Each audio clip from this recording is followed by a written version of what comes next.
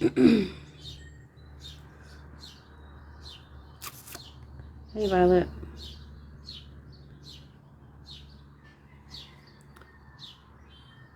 Well, hello.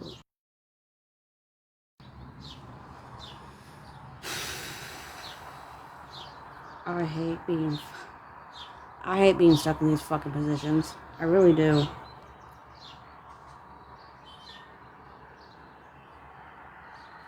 But I'm gonna wait for some more fucking people to get in here before I say what I gotta say. So yes, MJ, right now I do care about my viewers.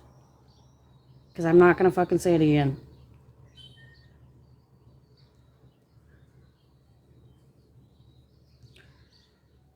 Not going to say it again. Yes, I'm back. So I got a fucking public service announcement.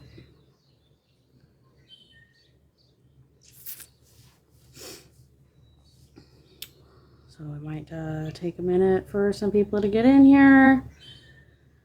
Share it out. I fell into a live that MJ was in. When you ended, it was scary. I am so sorry.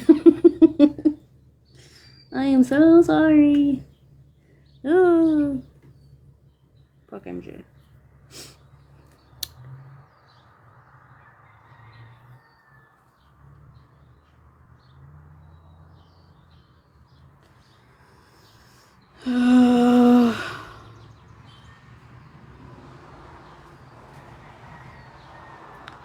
Share this out. Share this out. Because I'm only fucking... Oh, Hazel? You mean the one that defends Tech and her husband? That one? Blue's there too. Hello again. Yeah, I'm alive again because I'm gonna say some shit and I'm gonna say it one time and one fucking time only. Now that's probably a fucking lie because I'm probably going to fucking say it again at some point. She's got really pretty braces. Who has pretty braces? Who has pretty braces? Hi, Loka. The Hazel girl? Oh, I don't know what she looks like.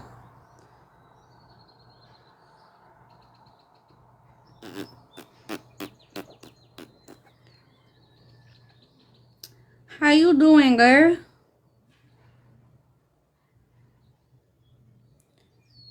I've never had braces.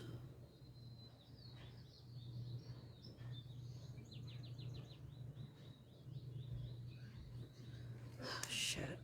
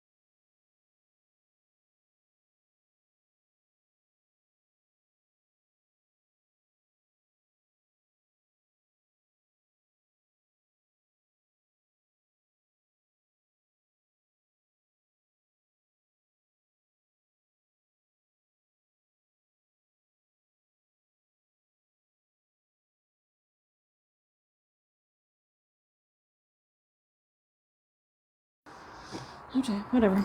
Baby, not talking to me. Ugh. Whatever.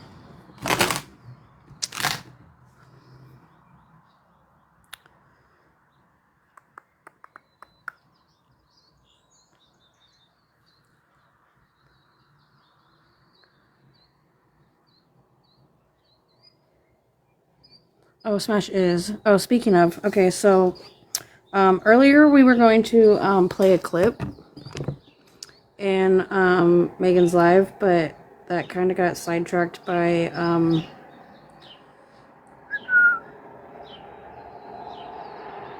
Mallory and Joyce. So let me play the clip.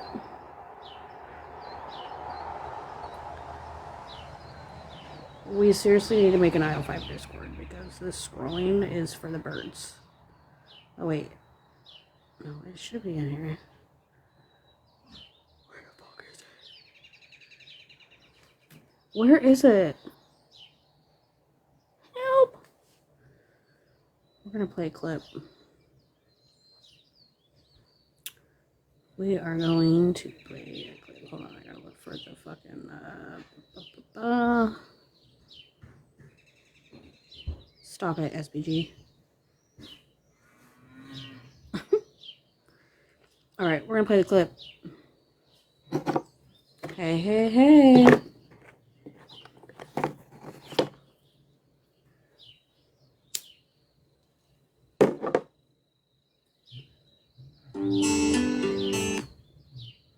I scrolled out. I have a question. I have two questions. For one, actually, this one isn't a question. White girl tacos are lettuce, onions, tomatoes, and the sprinkled like cheddar cheese.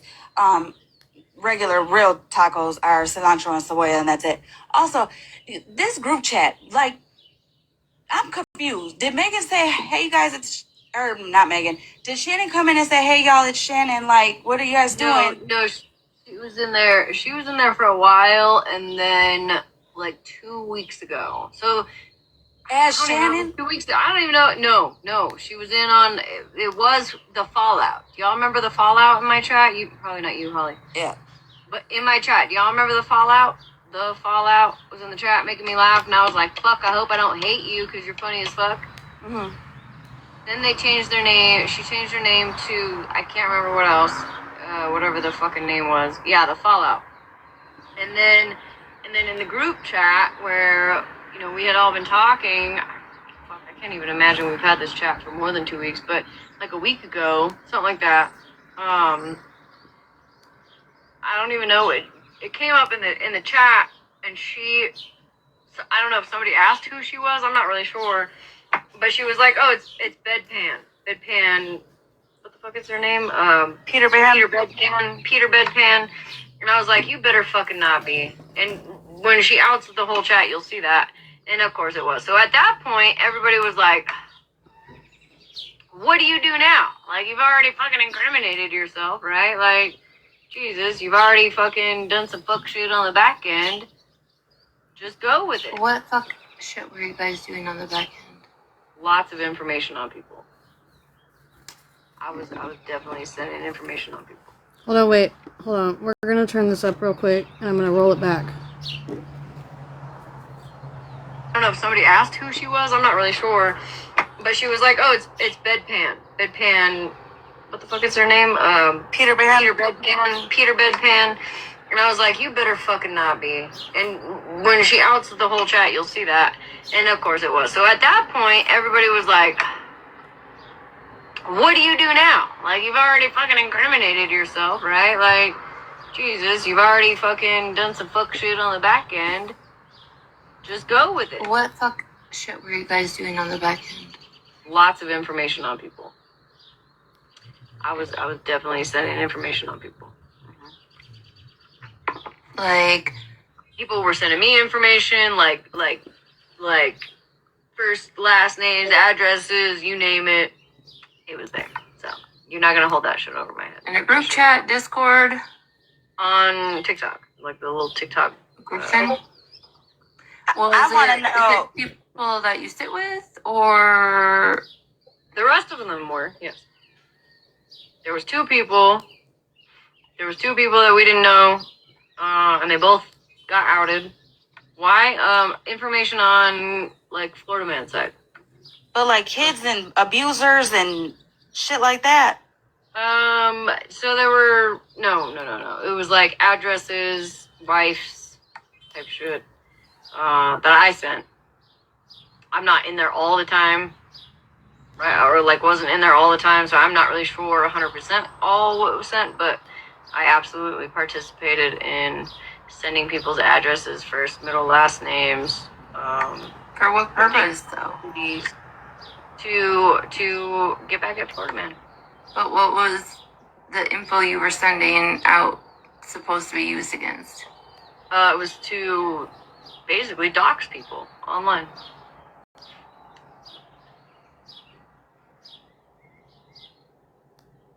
Who was going to do it? Well, we had the sneakies in there, right? And they were doing it. So Shannon was one of them. Sunshine was the other one, which we later found out. Yeah.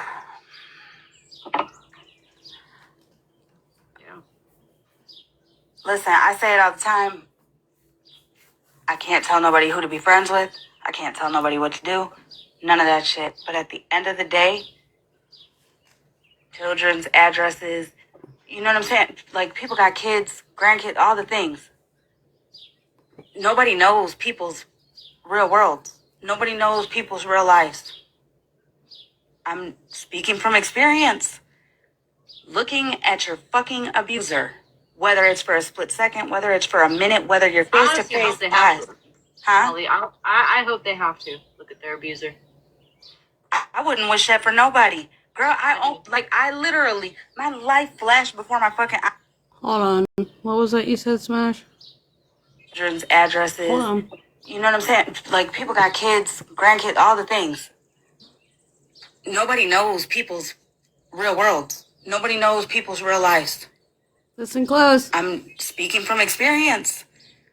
Looking at your fucking abuser, whether it's for a split second, whether it's for a minute, whether you're face to face, eyes. Huh? I hope they have to look at their abuser. I wouldn't wish that for nobody. Girl, I literally, my life flashed before my fucking eyes. I don't even know how to fully explain it. And it wasn't even a long situation. That shit was the most, bitch, I got weak in my knees. I don't know how I moved as fast as I did. I don't even know how I even thought to think to do what I had. Like, I fucking froze. My body froze. Froze, bro. Like, I wish it on them. I do. I can't see nobody get killed, bro. I can't do it. Girl, I scrolled out.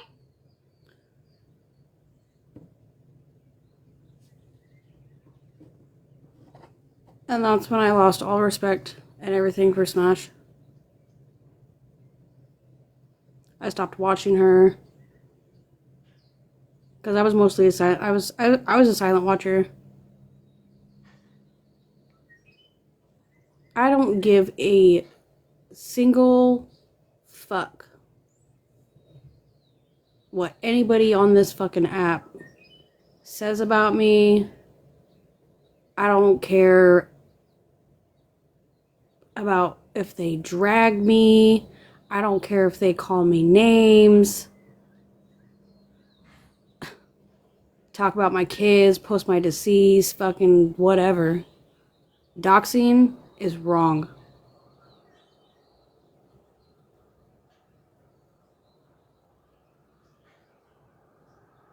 Because you do a background check on somebody and you're going to go for that last known address.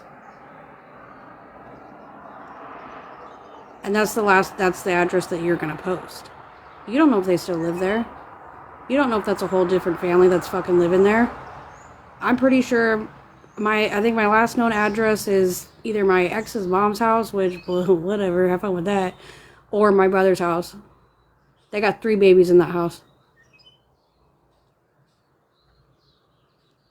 This real life shit, one of these days, y'all motherfuckers are going to get someone fucking hurt. You're going to get someone seriously fucking hurt. Because although, I got 48 people in my room, say someone doxes somebody in my live, okay? I got 48, now 47 people here watching. This shit's going to end up on probably all the YouTube pages. Somebody's probably streaming somewhere. You don't know how many people, It takes one person. It takes one person to take that address and go do something crazy.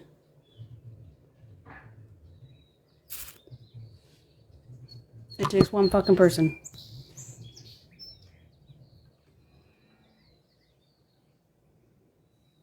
And then whatever happens at that house to whoever's at that house, and that's on your hands. And you bet your fucking ass I did call out MJ in the DMs. I did. Did I draw what? No, I didn't draw. Shut up.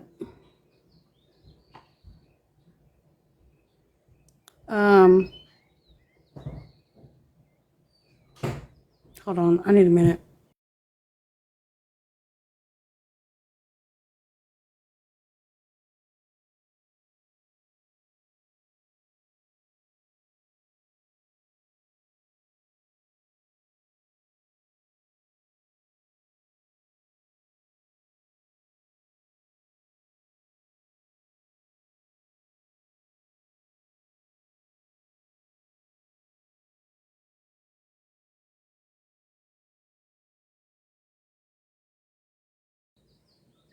Yeah, I'm muted for a minute.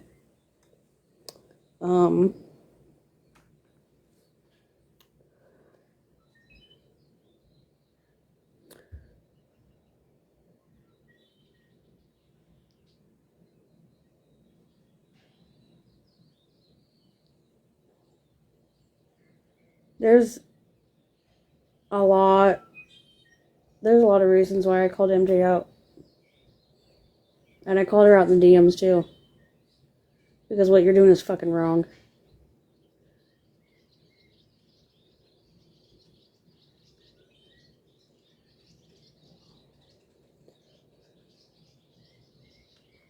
It's fucking wrong. It's wrong.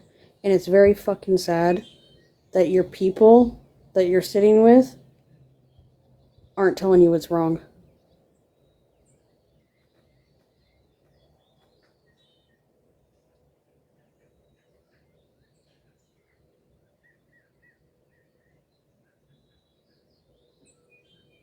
Your people should be calling you out.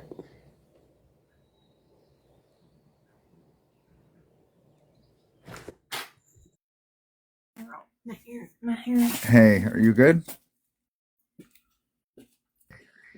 Yeah, I'm good. I can hear it in your voice. Wisconsin Mom and I have been daring you in the chat and you've been ignoring us. How come? I literally have a video posted on my page of me riding a kitty bike. Well, we want to see. We don't care about the videos. Like, how do we know that wasn't made up and somebody didn't like AI? Like, we need to see it for real. It's not AI. How do we know it's not AI? Like, prove it to us.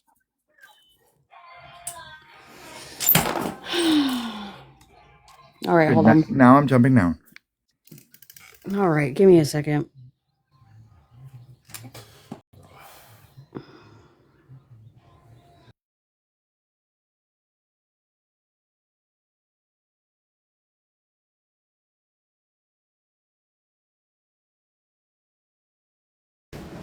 Now I have to go put shoes on and shit.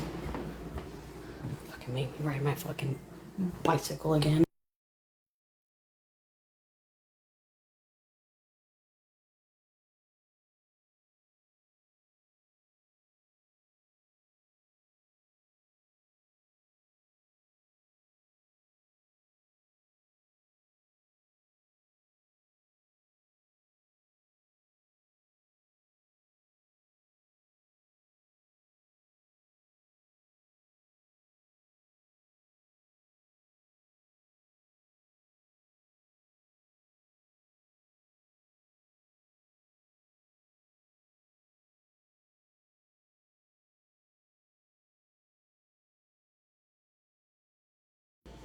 No, don't mute that account. Let that account come back.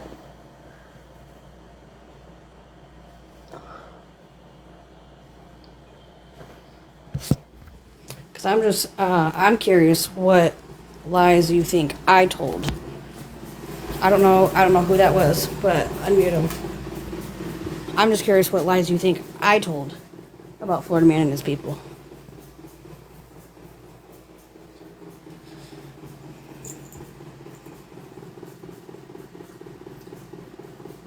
No, Mama 7, stay down, please.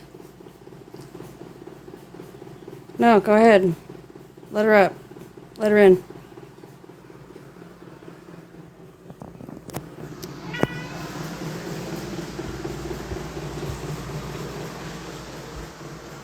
Because I never told any fucking lies on Florida Man or his people. So, miss me with that bullshit. I had no problems. I had no issues. No nothing with Florida Man.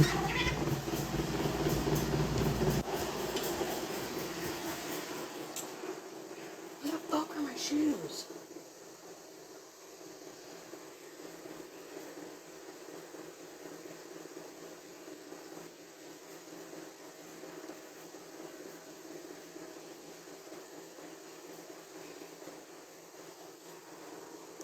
Come on back now, spread love.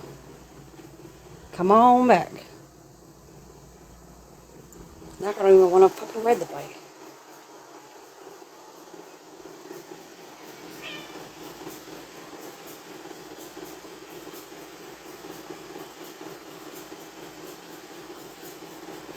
Oh, I didn't fucking... I never said a fuck thing about Florida Man.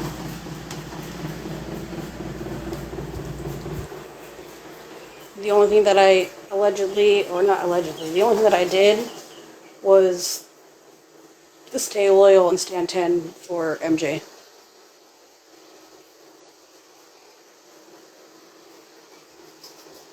Oh.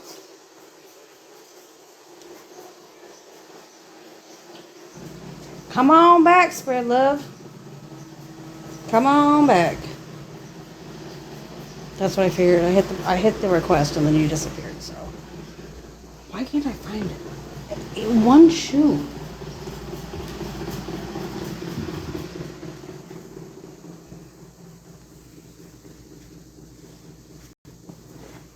If y'all got the spread number boxes up, that's fine. It's okay.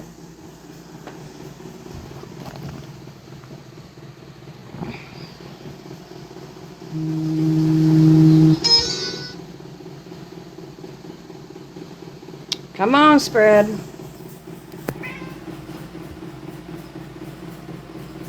I was gonna say other people would just fucking block you and get you out, but I mean my mom, my moms were on it. But you're not about to come into my shit and lie,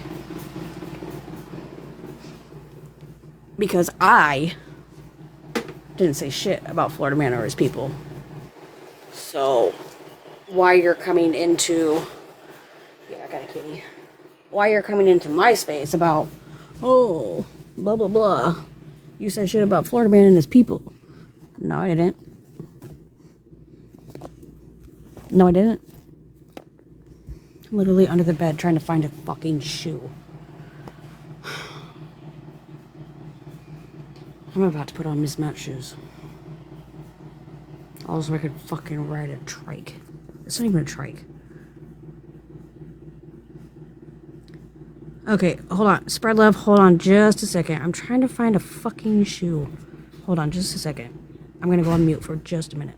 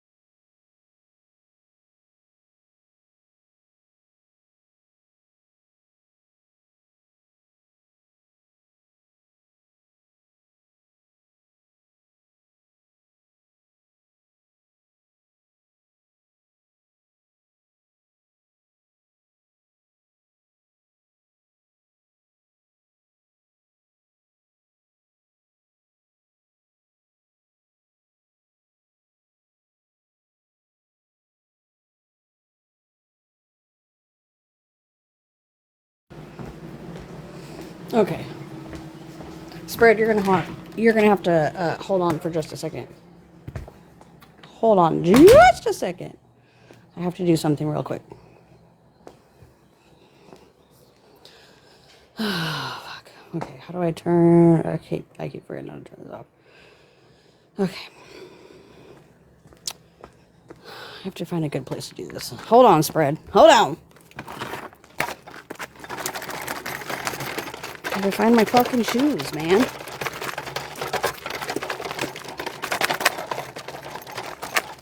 Okay, everybody stop going back and forth with Spread in the comments, because, Jesus, I'm going to have to scroll up just to see what people say.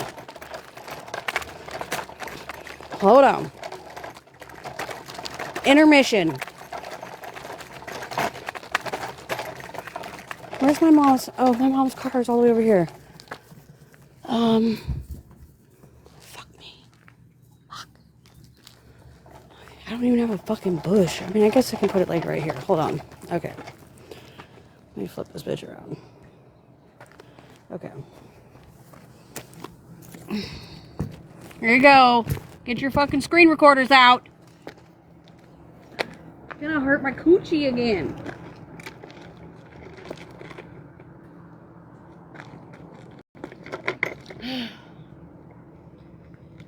And then I'll give you like a back around, and then we'll go back to the fucking drum.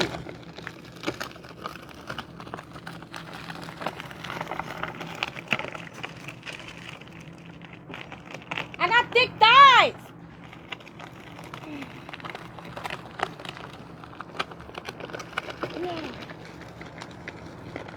Hey, you get one more. Butt crack's hanging out.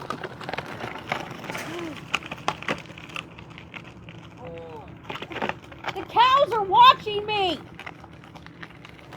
I hate it here. Oh, my coach. Fuck.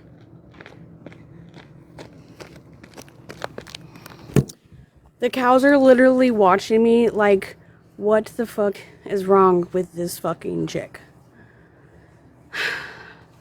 Yeah, my knees aren't broken, bitch.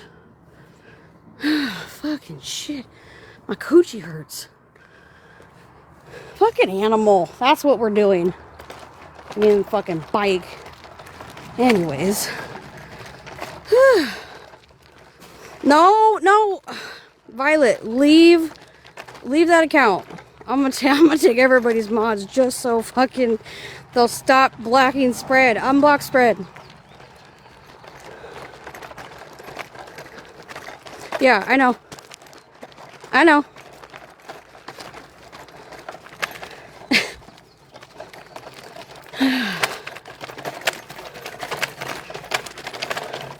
I was like trying to fucking turn the handlebars and these fucking thighs wasn't letting it happen. Holy shit. Okay, well, hopefully she comes back. Yeah, you didn't get yelled at.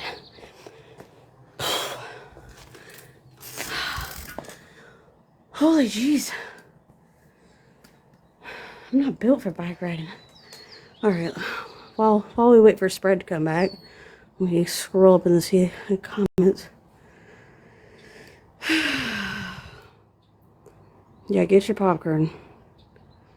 Spread and dirty laundry are the same person. Here, cat. Look. They're back. Yes, Leslie, I'm back. Oh, I can't see. I can't see Spread's comments because she got muted. I'm out of breath. That is, hold on. Let me give you a better view. Let me get the tree out of the way.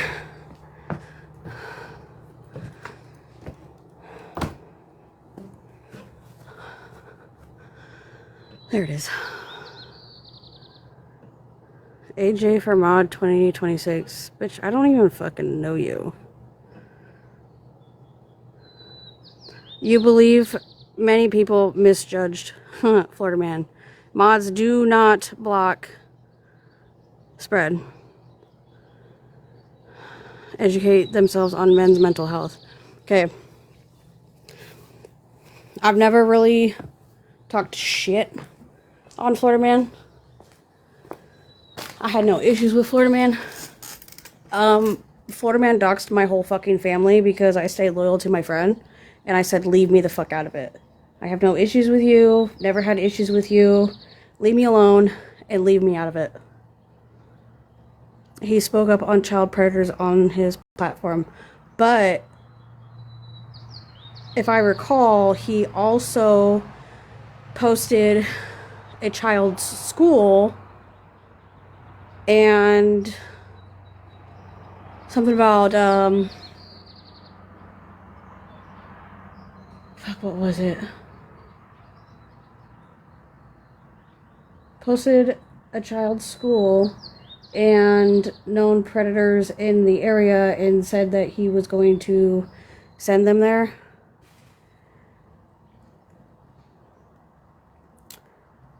Smash posted her child's school for hours. Okay, but did that make it... Well, but okay, was it okay for Florida Man to do that? Read Violet's comment. Okay, hold on. Hold on, I'm scrolling. Still scrolling. Hold on. Where's Violet? Spread has posted my essay abuser and mocked it.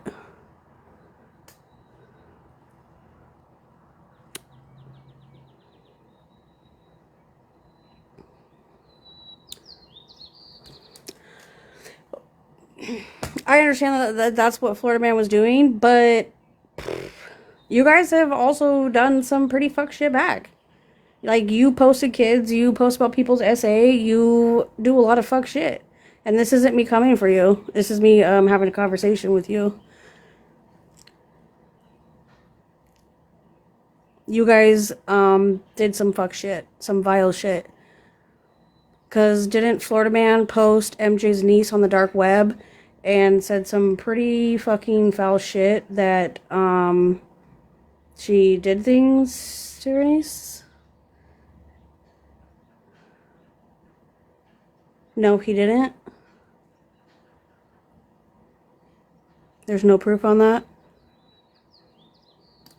Okay, period. Scratch it.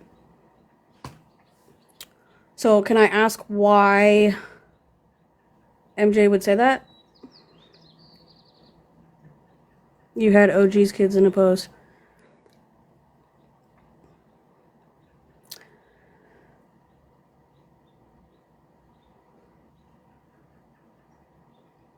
Posted my father. Oh, girl, it sounds like you have done a lot of naughty things.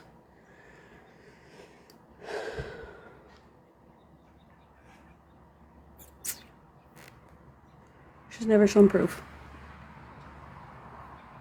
Okay, well, if there's no proof of it,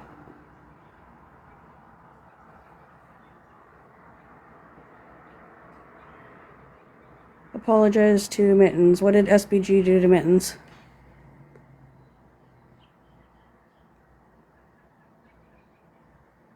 Animal. Crying. MJ has the proof. She made it clear. Okay, so MJ says she has the proof.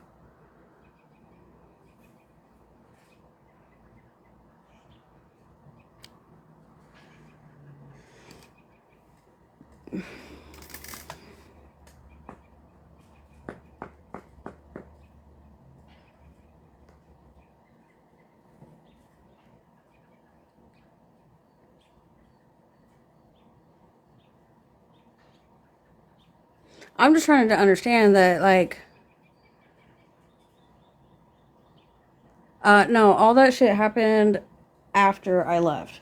I left probably within days after MJ started going after Florida Man. I can actually, you know what, I'll pull up my other phone and try to get the date of when I left.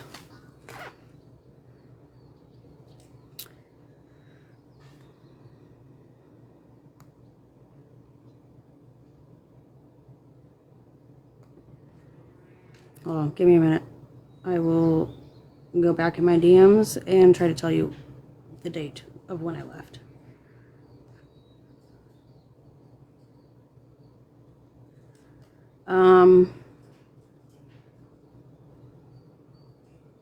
I think it's all the way fucked up. In every direction. Posting kids is never okay. I will admit, I fucked up one time and I spoke on someone's essay. And haven't done it since. I took my accountability. I felt like fucking absolute fucking garbage for it. And I still, to this day, will never forgive myself for what I did.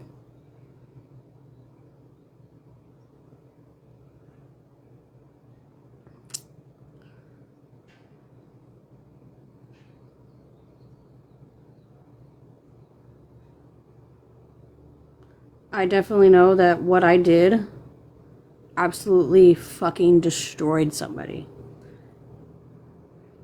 It made somebody relive their trauma.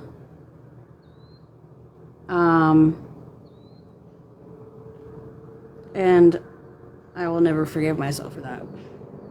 Yes, Florida man is in jail. Whoa, I'm going way too fucking far. Hold on. Way too fucking far. Animal, you're out of control. I went too far. Hold on. I know it was in January, so give me a second.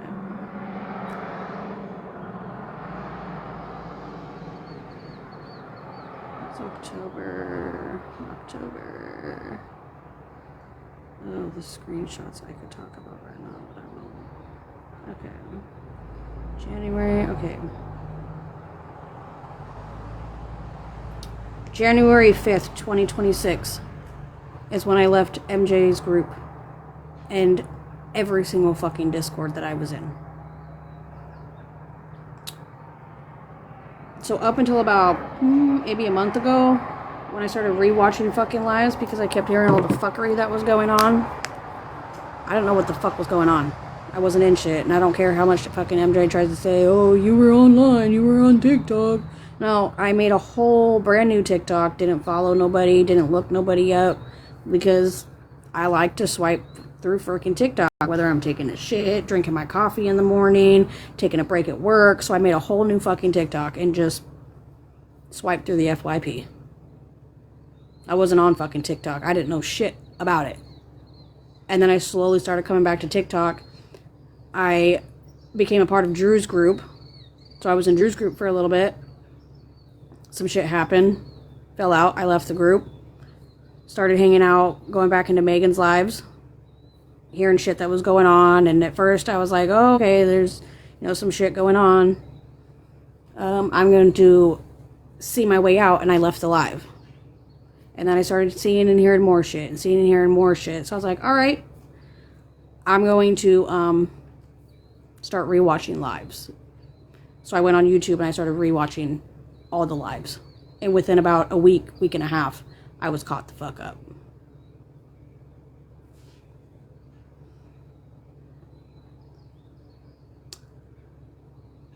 And there's a lot of fuck shit going on. Everywhere.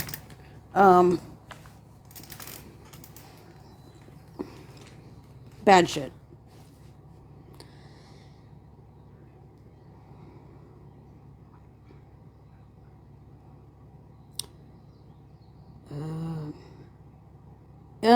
You can't say he's innocent. You cannot say he's innocent. Because he's not innocent. In all actuality, nobody's innocent in, all the situations. I mean, we got the comic cousins and the silent watchers and shit, and the people that aren't involved, those people are innocent. The people that are getting fucking doxxed for no fucking reason just because you're either side MJ or Florida Man or Smash, those people are innocent.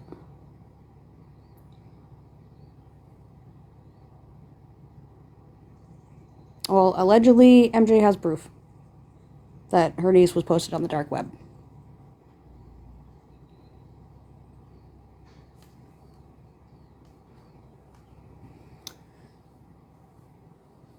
The back and forth, the low for low, the tit for tat, the dox for dox, the fucking, all this shit fucking, that's been going on and that's been happening. There's a lot of people that I'm fucking disappointed in that are involved with this shit. And you know who you are.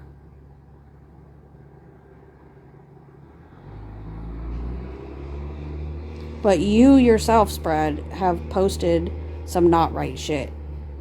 You've posted kids. You've talked on people's essay. I blocked you for like a reason when all this fucking shit started, and I was told that you were posting people's kids, posting people's family, doing this and doing that, and I blocked you. And you've been blocked since. Because I didn't do shit to Florida Man. Not at all. You stand with the children, but you'll post the children. Make that make sense.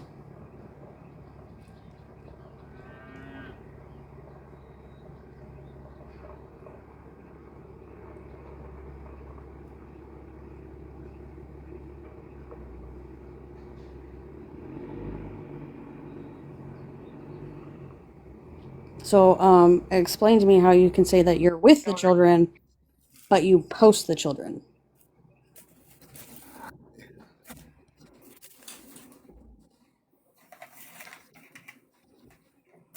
Example. You're in here. I have missed you so much. I really have. I can't wait for us to finally be together and play with the baby oil like we talked about.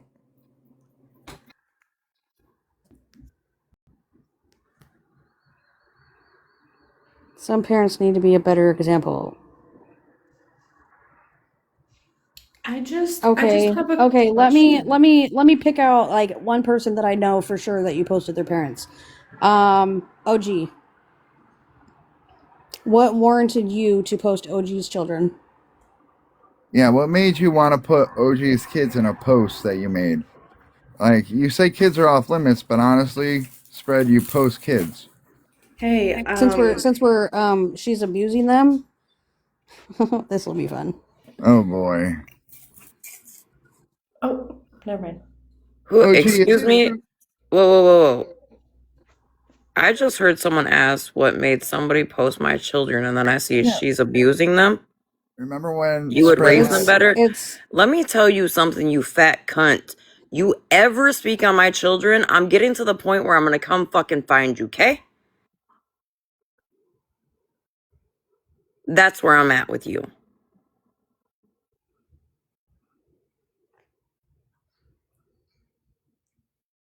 and the only reason that like I kept having my mods unblock you when they kept blocking you, is because you came into my live, and the first thing was you said was you lied on Florida Man and his people.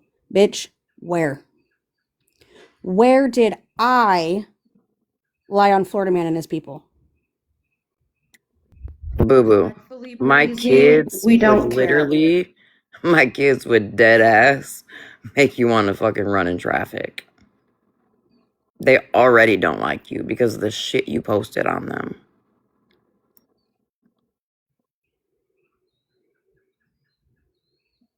And from the beginning of this, I'm not going to say our side because I'm not on MJ's side anymore.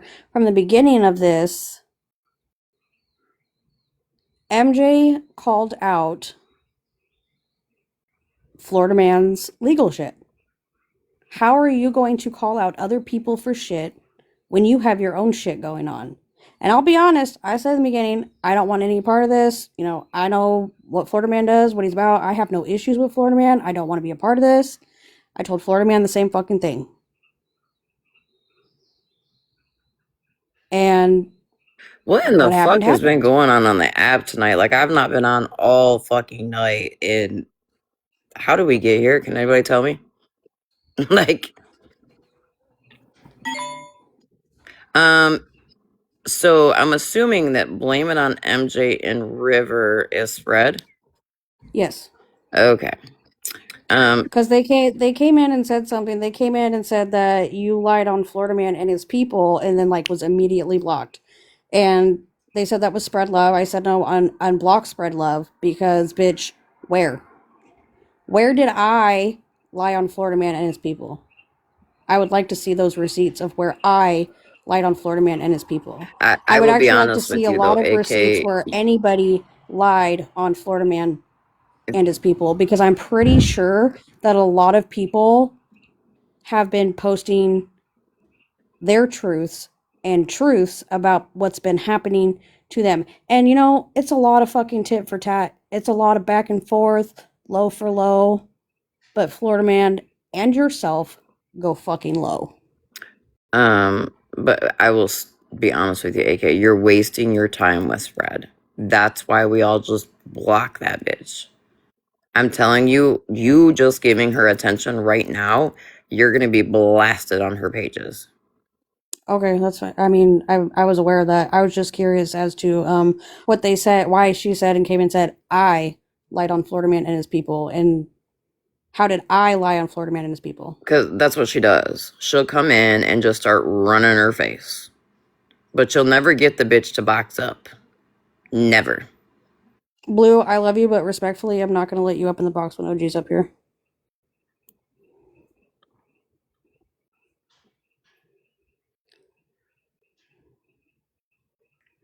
I can understand why. Time out, you guys. Spread Love is in your chat right now, honey. We know. We know. Yes. Are you guys allowing her to be in here? Yeah. I had her unblocked so she could answer my question. I never said I wouldn't box up with you, Blue, so I don't know what you're talking about. Never once did I say I wouldn't box up with you. In fact, I called you to Megan's box, and you played scary. I'm telling him to go to bed. Move. Come on, let's go watch Paw Patrol. Who is Spread? It's the game she plays, AK. Mm-hmm.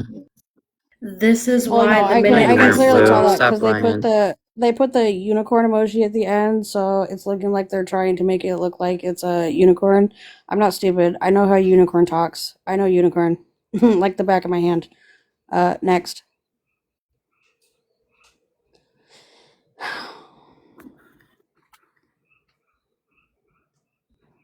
So, I mean, you can't answer my question? Oh. Because I've been nice this whole fucking time. Blue, you literally got in a box, bro. You got in a box, and I asked you a simple question, and you went into meltdown mode talking about, I can't talk about that. I'm too traumatized. I was upset, so yes, I did say it, yada, yada, yada. So what do you mean? And now I have people sending me screenshots of you asking if I'll do a phone call with you. No, I've not. I was on the app earlier for a hot second with Megan, and since then, I've been off the app until I just came in here just now. And I came in 2 seconds before you did. She hasn't even been active in, like, our chat. No. In fact, when I finally got a chance to check the chat, I even said to them, holy fuck, over 240 messages. What the fuck's been going on in here? Yeah, we were just streaming Shannon.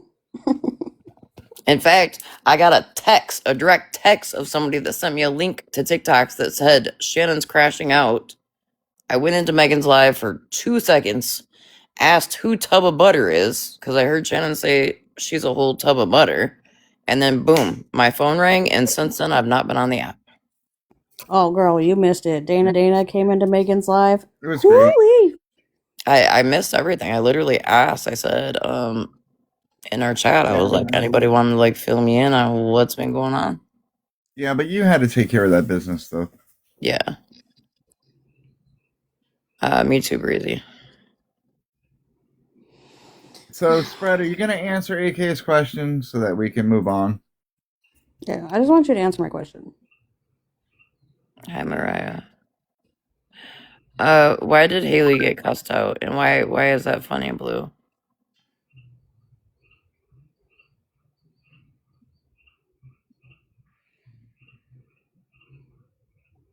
Okay, well, what Megan chooses to do with her daughter is what she chooses to do with her job. Yeah, girl, you are posting and smexualizing. Look, you are literally smexualizing someone's child on this fucking app. Oh no, Leslie. Oh no. Look, Leslie, I love you to death, right? But this POS has literally posted our children, smexualizing our children on her platform.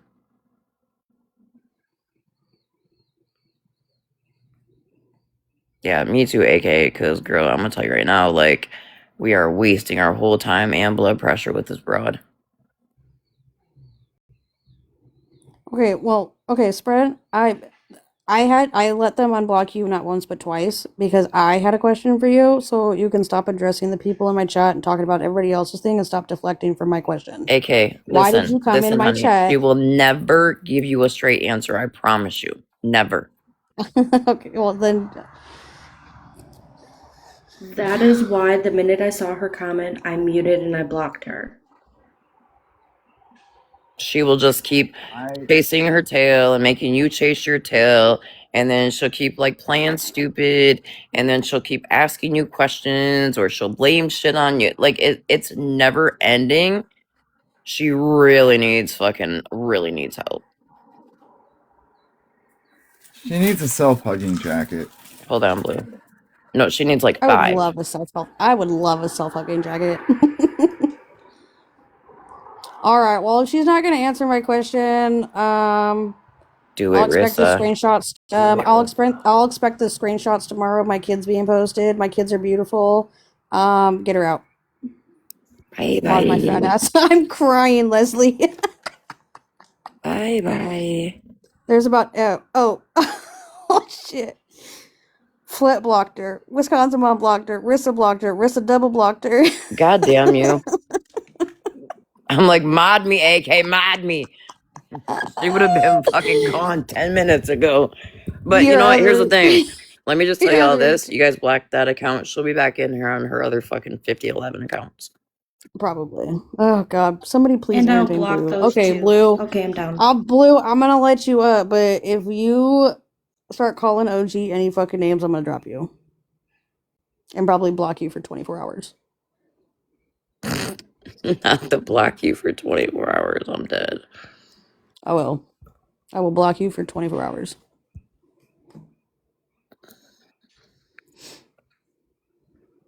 Oh, I got a fucking headache. Yeah, get your block fingers ready. She'll be back. Yeah, she will definitely be back. She gonna be on my ass like fucking flies on shit. She may not post you, AK, because I called her out and said she was going to, so she may not know. All right, here we go. Hello. Before we get started, can I ask the chat a question? I don't know if you guys know, and I don't know if you know this, OG. This is totally off topic. Zepbound, when you take it, do you get headaches? Take what? Zepbound, it's a shot in your stomach for weight loss. Never even heard of it. I'm like kind of dizzy. A little bit. Well, you're just dizzy. That has nothing to do with a shot. You're just dizzy because you're on bullshit. Are you dehydrated? I'm drinking water. Yeah, but drinking just one water doesn't. Okay, so dizzy is a thing. Okay, so I am a little dizzy. Before we get into it, I did get into it with Hallie. Have you ate today? Yes, I ate. Sorry. Okay, y'all focus on YouTube. Don't make me have to silent people and shut the comments off. I need to drink more water. Okay, hold on, OG. No, Blue, they mean like you need to drink more water as in like continually drink water, not like take another sip of water. Yeah, I'm drinking water. Real quick. Blue. Yeah. You know how earlier you said that when you took your shot it hurt? Yeah. I don't know if you've seen my comment. I've been taking Mounjaro for like 7 months. And when I take my shot and it hurts, because usually it doesn't hurt, find a different spot. And when it hurts, you will get a massive headache. Oh, wait. He didn't say Mounjaro. No, it's kind of the same thing. It's the same thing. So when you do it, you want to go like 2 inches away from your belly button.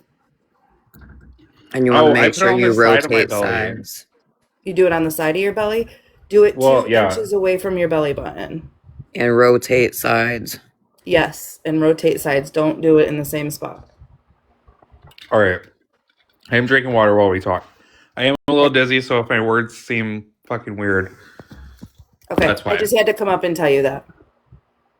Okay, so someone said that I can't bring up the Hallie situation.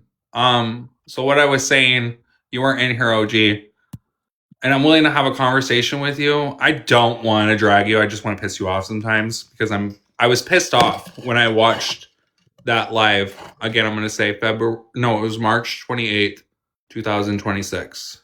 And so I didn't watch the live when I first talked to you. And so what upset me, one, I got information that Hallie was trying to move in with Val.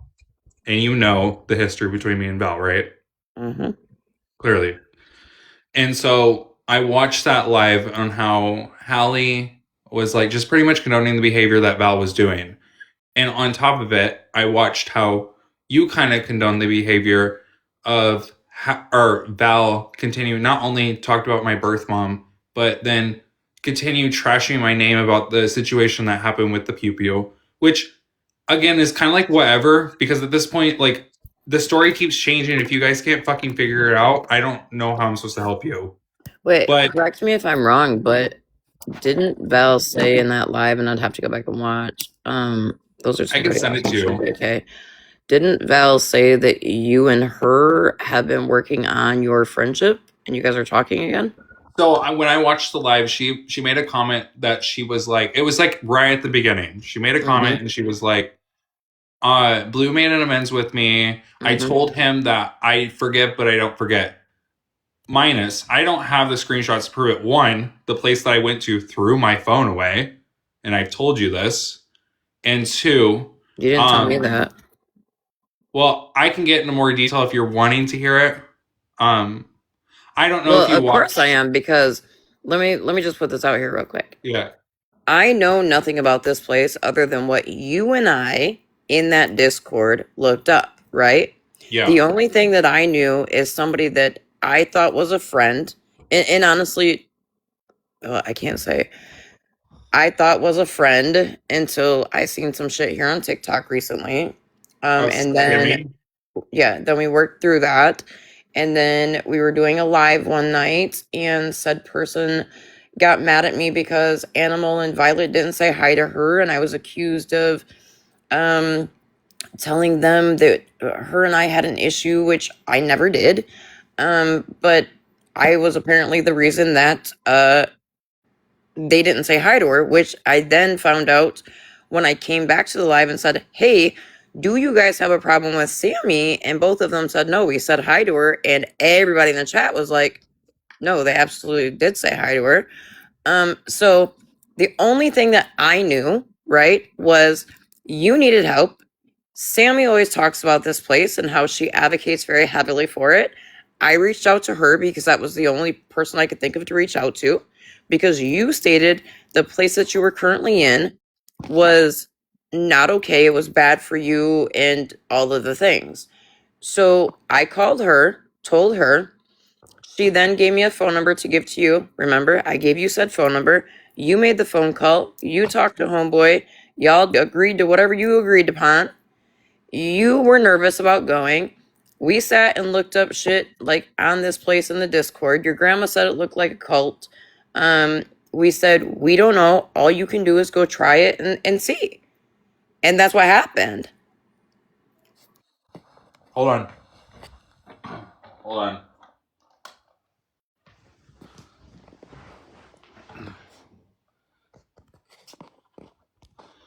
Okay, can you hear me? Yep. So then I'm on my way back from our honeymoon, or not our honeymoon, our marriage, and I'm getting ready to board the flight. My phone rings. It's Hallie. And she says, hey, I just wanted to let you know that Blue is running around telling people that you sent him to a cult, and that they took his phone, shaved his head, and he had to escape, and you sent him to this place that there was a cult and did all this shit to him. And I said, excuse me? I knew nothing of this place. I knew about as much about this place as Blue did. Right. Blue made the call. Blue talked to the people. Anything I found out from the place was between Sammy and you. Before we put too much information, because I am dizzy, like I did state, one thing that while you brought Sammy's name up, one thing that I wanted to address to you, because Sammy talked several times in that live that I watched, she was like, I work with this place. I work with them all the time. This is my program. This is this and that. I don't know if she ever told you, but I've never met her. She never showed up there. I So never seen her. listen, she did tell you though, remember, because you asked me before you went. You Right. said, "Will I meet Sammy?" And I asked her, "Hey, Blue wants to know, will y'all meet?" And she said, "I don't really go there often. If he needs me to, I can." And she told me that she was going to come there. She never came there to see you? No. Oh, see, I didn't know. And so, okay, so before we get down the dirty deeds, right? Hold on real quick. Angel baby, you are not welcome in my life because of some pretty fuck shit that you said the other day. So, have a nice night. Goodbye. And that is true, Breezy. Continue. Like, she advocates, from my understanding, Blue, she knows the man that runs that program. She's well, she used to say my guy, and I asked her one night, like, is this a guy you're dating? And she's like, no, it's just like a really good friend. He runs the program. You know, I advocate because it's helped people that, because you know what Sammy does, and she sends people there, and they have a high success rate, yada yada yada. Okay, so again, I need to take it slow. Sorry. Can actually, before we start this, can Katie, can you grab a box? She's not gonna yell at you. I just need her up here. Who's Anna? Do you want me to get it? Anna? Anna? Yeah, who's Anna? Like, what's her name look like? Yeah, you can get Anna. Get Anna, Katie. Anna's also another person that, so there was a live held last night, and K-Dot's panel, which there wasn't a lot of people in there. And we talked about like what happened at the program. And so, yeah, you can get Anna. Ask her if she can come in here. Was Anna at the program too? Anna went to the program a year ago, and she was there for about a month. And so she had a so-called escape, right? And we went into detail about everything that was going on there. And so she can also share her story to you, not to persuade you that this was even happening. But the reason why I brought it to your attention, I wasn't going to make a big deal out of it, but I watched that live. And I understand your concern on, I sent Blue saying that I sent you there. You know what I'm saying? I understand where that made you upset. But then what upset me most about that live was Val putting her input on a situation that she knows nothing about. I called my friend outside when I got out of there because the first person I called was Amy. And then I called Katie. And then a few weeks that I was in the mental health treatment program, I ended up calling my friend from my real life, right? And I was still in distraught about everything that was going on. And I vented to her about everything that happened, right? I didn't know that she was going to go back to Val and give Val this information and then gave it to Hallie. And then Hallie went straight to you. My intentions were not to come at you and try to get people to fucking attack you. You get what I'm saying? Yeah, but you also know how the telephone game works, bro. So you know, right? That, which, I mean, honestly, so is Katie and Caitlin the same person? No, Katie's a whole different person. Is it Katie from like back in the day? Katie? She's like that you Katie? remember FBI Patrol? Yeah. Yeah, that's what I mean. Katie. That Katie. Okay, yeah. So I have a couple questions actually. So the girl Anna, she was she in the also program went a to the year program. ago for a month. But how did you meet her if she was in the program a year ago? So I have been reaching out to people on the Google reviews. So I submitted so I submitted a Google review after I left, and then I went back and I'm trying to get statements from people. And it wasn't for this, it was the fact that I'm trying to get statements for what I went through for my own personal situation, not on here. And then me and Anna, this is the first person I talked to, and this was like I think yesterday that we finally talked. and we talked about everything that we went through. You know, in that live, she even, because the live that you held, because you were confused on why they were shaving my head, they threw my phone away, they threw my clothes away, like you were so confused why they would even do that. So I And knew up Sammy was until like, hold on, up can I say until this real just quick? yeah. Sammy was like, they don't do that. They don't do that. Mhm. If you go and look at the documentary, and you know where it's at, and I don't really want to put them on blast right now, but if you go look at the Academy and you go look at the documentary, my head is shaved in the documentary. I'm in the videos. Wait, what documentary? I don't know nothing about There's a it. documentary for the Academy. Where? It's on YouTube. We watched it on live last night. And I'm in the videos with the shaved head. Okay, so I didn't know they were throwing your phone away and your clothes and stuff like that, right? From my understanding, and I think your understanding too, when Sammy said, like, you don't even have to take your own clothes, like, they'll make sure you're taken care of. I took that as, like, they're used to people coming in from addiction. Yep. And people don't really have clothes and stuff like that, so they'll make sure you have what you need.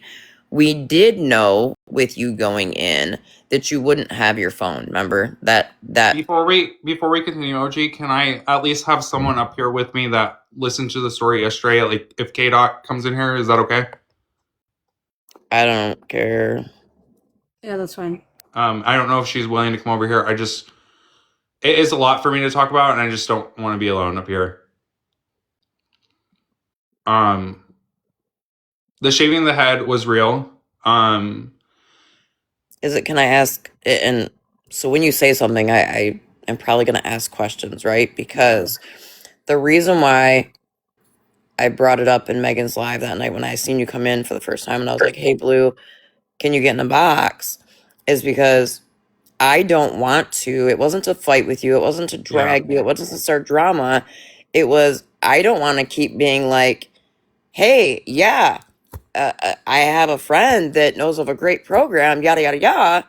If you're in fact saying this is not a great program, this is not somewhere to, advocate for, don't you feel I should be told that?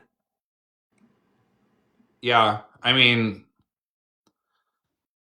So with the shaving of the head, can I ask, like, did they shave the heads and stuff because of, like, not saying you had lice, but were they, like, worried about lice? Is that why, or? No. I remember. Yes, I should. What, Raya? I remember people coming. So there's a bench that they sit us on, and I remember individuals coming in from the streets and like treatment jails, and there was individuals, like, even with men with long hair, right? They had like long hair up to here, and they would make them shave their head before they accept them into the program. And so during my interview, when I got there, they did another interview. What? And 1 second, Blue. 1 second. Sorry, Mariah. I did not know. Right. So I knew probably less than Blue knew when Blue was going there. Blue made the phone call to the person. I don't know what him and the gentleman, like what Blue and the gentleman talked about. Yeah. I passed the number on to Blue. Blue called. Okay. And then Blue jumped back in the Discord and said, oh, that Blue should have let me know about it. Okay. I was going to say, yeah. I look at I Katie's wanted comment. to know. Look at Katie's comment.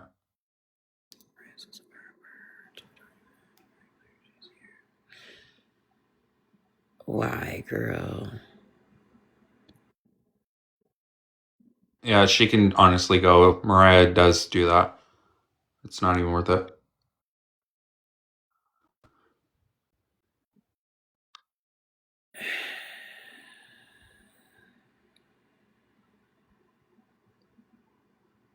So, can I tell you about the interview? Yeah. I honestly, Blue, want to hear all about it. Whatever you're comfortable telling me, I definitely want to hear and know. honestly, like, I want you to hear it, and yeah, I said some fucked up shit when Hallie was here, but there's a lot of animosity between me and Hallie, especially with the whole Val thing. But that live really did piss me off. But you know, if you're willing to hear it, I'm willing to tell you. That's why I had asked you in Megan's live that night. And I'll be honest with you, Blue. When you messaged me and you had sent me a post you made about me, I could tell you were just trying to get me to fucking go live and crash. I'm not dumb. Here's the thing with you, Blue. We may not know each other like well, okay? But clearly you knew enough about me to reach out to me way back in the day to help you move out of your first situation. Yeah. And we talked through that. And then you called me to help you out of the second and the third and the fourth. So I'm not dumb. I know you and I know your patterns. I just want you to know you spent more energy into making those videos and being live in K-Dots than I spent giving it any thought, okay?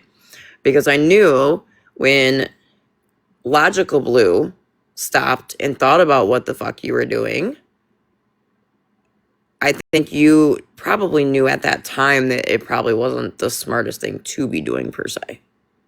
I think my biggest thing is when I watch that YouTube video again, like I said, and Katie can literally come up here and tell you, like, and even Amy, like, I know you guys don't like her, but if Amy was here right now, she would tell you the same thing. Like, I never wanted to come to the app about it. And then when I watched that video where people already knew about it, it really upset me. I think there's a YouTube link in the comments that Katie just put for the documentary. If someone could copy that and text it directly to me, I would be forever grateful. But I wanted to tell you about the interview before I tell you pretty much everything. When I went, so we had a phone interview, and you know about that. Yep. And they accepted me into the program, and they flew me out. Like, they paid for my plane ticket. They told me they're going to pick me up from the airport. Yep. They were texting me, like, all yada yada yada. Like, they did everything they said they were going to do. But when I got there, they have this room, and there's a bench when you walk in, and they have this room, and it's called, I can't remember what it was called, but it's where you get it. I'll get into it. It's where you get verbally yelled at, but I'll get more into that when I tell you. But they sat me in this room, and it was 3 guys, and one of them was a student, another one was a student, and then it was the assistant director. Hold on. I just had this sent to me. It's only 2 minutes and 57 seconds. I'm gonna play it. What is it? I haven't watched it yet, but wait, it was just are you sure you I'm want to assuming play it's it without knowing context? It's it's what he's the news clip? it's what Blue's talking about. Okay.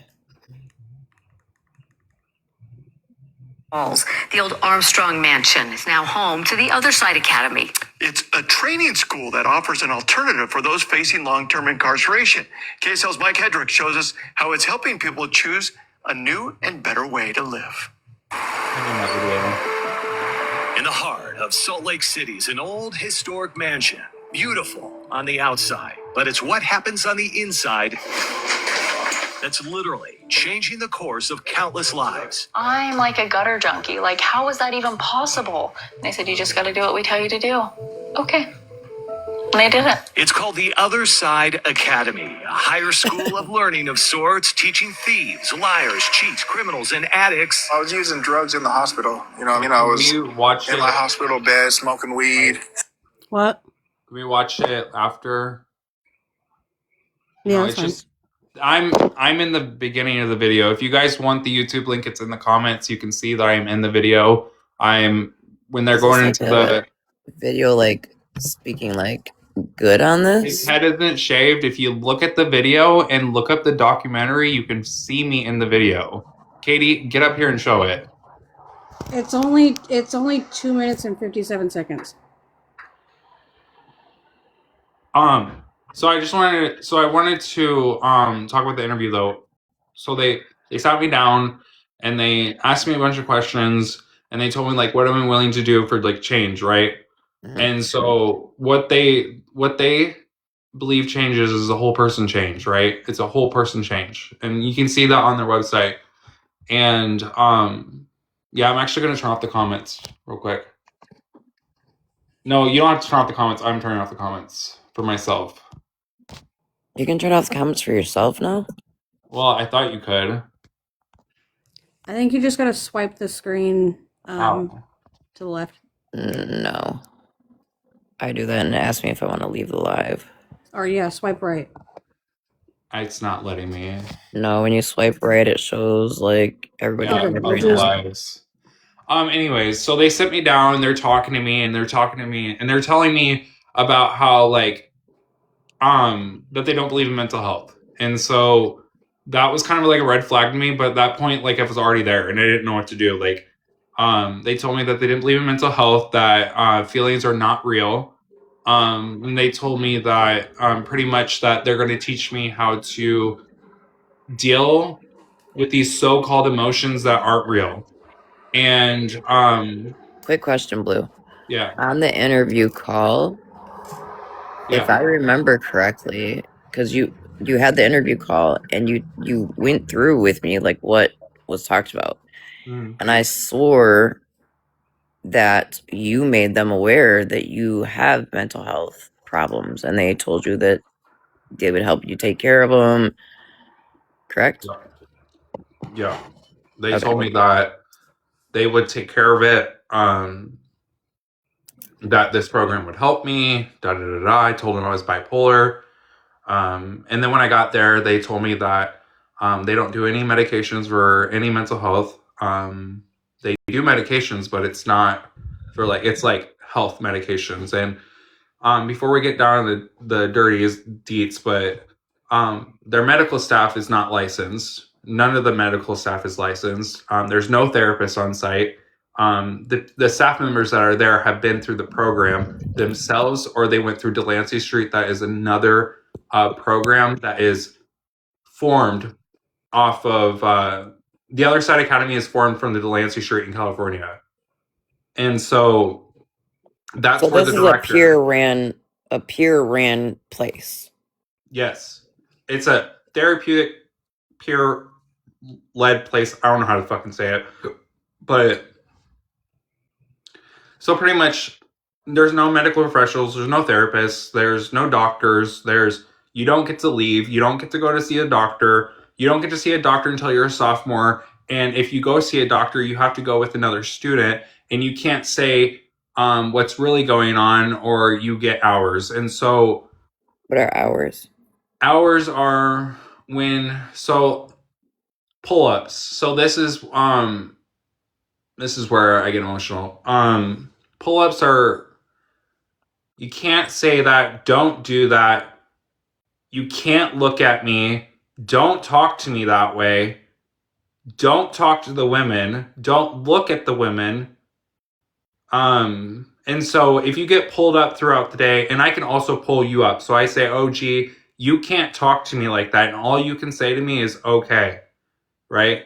And This so if reminds me of a place here in Michigan that we used to have that I actually got sent to called Hope House.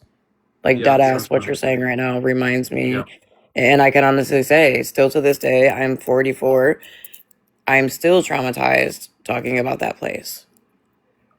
Can I also ask this real quick? And then I really want you to tell me this whole story. Excuse me. Has Sammy been made aware of any of this? I haven't talked to her, which I was going to get into that. I know during my stay, the director, and his name is Dave, he pulled me aside and was like, and he said Sammy's real name, and I was like, who the fuck is that? And because he was like, you remember when in that live, you were like, oh, Sammy called there and checked up on Blue. Yeah. And he pulled me aside and was like, your friend, blah, blah, blah, blah, is calling to check up on you. And I was like, who the fuck is that? And because I will say that I did ask Sammy a couple times, like, hey, have you heard anything on Blue? Like, how's Blue doing? And she said, do you want me to call and, check and see how he's doing? And I said, yeah, if you would. Yeah, and then I put 2 and 2 together that it was Sammy. Mm-hmm. And I was like, oh, okay. But what I was saying was, so pull up is, so like, I gotten pulled up a couple times. My first set of hours was about, I think, 10 hours. So hours is, you get a set of hours for a punishment. And we have a thing called barbers there. They don't give you the haircut. That's a separate thing. Barbers they give you verbal punishments and they scream at you. And my barber, my first one that I had, because I ended up getting another one, he ended up giving me 10 hours because I wasn't pulling people up, because I didn't feel comfortable telling people that they couldn't talk about certain things. So we weren't allowed to talk about our family. We weren't allowed to talk about anything that had to do with our past lives. I wasn't allowed to talk about my family, period. And I got in trouble a couple times and got pulled up for it. And I got a set of hours. And hours are, you sit there and scrub a wall for as many hours as they say with a stay busy. It's called a stay busy. And you sit there and you scrub a wall and you can't talk to nobody. If you talk to anybody, you get more hours. And you continue doing that until your hours are up. Just FYI, real quick, Blue. Sammy and I may not be talking right now, but I did just share this live to her because I agree, Monty. She absolutely should be hearing this shit. Yeah, and I'm not gonna get any argument match with her. This is my experience. This is what I went through. Right. And if she wants to continue supporting a place like that, that's on her. But I'm not going to say that this didn't happen to me, because and KDOT can also play that live for you guys where Anna was in there speaking on her story as well and what she went through, how she had to escape. And so can I ask you, were you upset with me because you thought I knew what they did in there? I was upset. This is why I was upset. I was upset with the live that was held. I was upset because I wasn't going to bring it to the app, and then I watched that live March 28th, 2026 on Drama Talk. And I watched your live, and it fueled me. Like, it was a lot what I went through, and I haven't even dove with everything that I went through there. And when I watched that live and then Val was involved, that's what really pissed me off. And I was like, I just don't understand why OG is allowing this right now. You know what I'm Val saying? got involved because, and you watched live, so you know, but I'll reiterate. So when Hallie came to me about it and said what had been being said, and I was like, I'll be honest, bro, when she called me, I was like, well, it is what it is. They can say whatever the fuck they want. Like, all I did was pass the phone number along, and you and I both know this. I don't know what the place is like at all. I reached out to Sammy, got the phone number for you, gave you the phone number. You and I and others, I won't mention them because they're not in here, talked in Discord about it.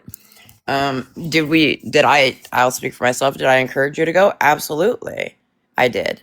Because from the looks of it, right, it was a good place. That's what we all thought. But I do also remember saying to you, like, worst case scenario, you go and it's not a fit for you and we get you out of there. But that's the problem, OG, right?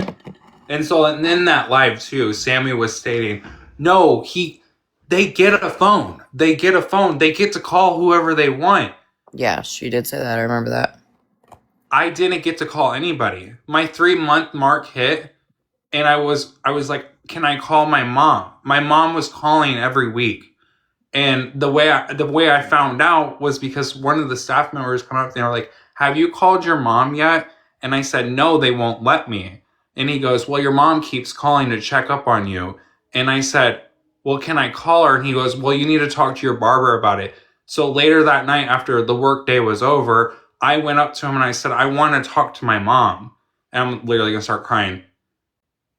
He sat me down and was like, you're not going to talk to your mom for the next 2 years because you're too family needy.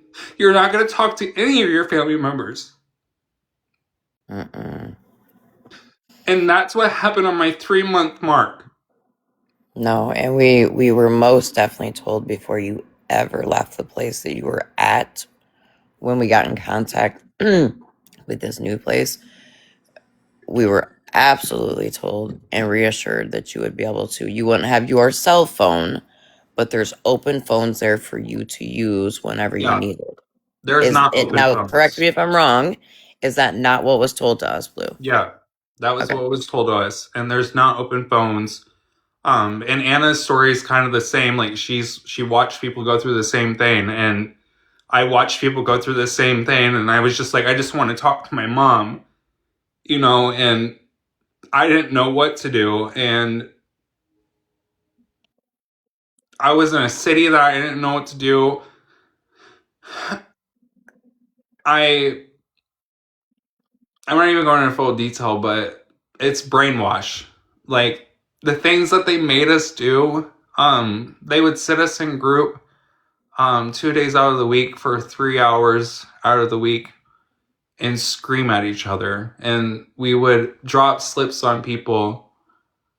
Yeah, Katie, can you? So wait a minute. Wait, what'd she say, Blue? You want to come up to say what said to She wants give you... to know if you want her to come up to say what Anna said. Yeah, I need a minute. Hi. So sorry, I didn't hear my dog. When Blue was talking about them like shaving their heads and everything when they join, Anna said the same thing, but she also said that the women, if they had colored hair, they would dye their hair back to like a quote unquote normal color. And they called it identity stripping. And I don't know, I think that's pretty awful. And she, with the whole hours thing, Blue had asked her, because Blue was aware of someone who had like 24 hours of like scrubbing a wall. And when she was asked, like, yeah, go ahead. Sorry. Do me a favor, honey. No, because I think Am I echoing? didn't. No, no. I didn't grasp when Blue said the hours thing. I'm not catching on what that is. Can you explain that better to me? So it was like their punishment. Like, sorry about my dog. She's so annoying. No, you're good.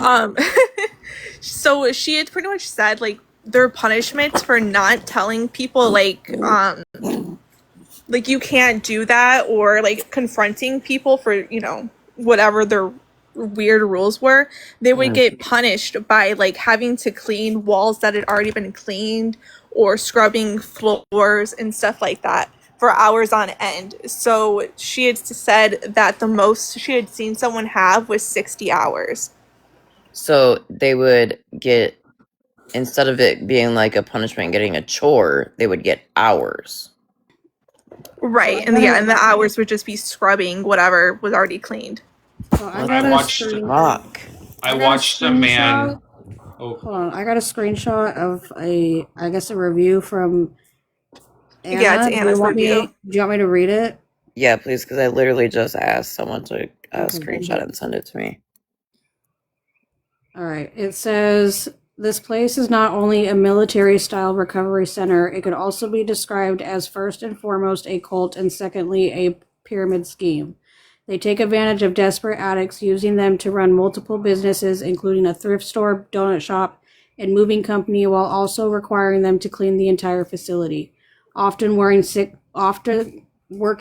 to 14-hour days.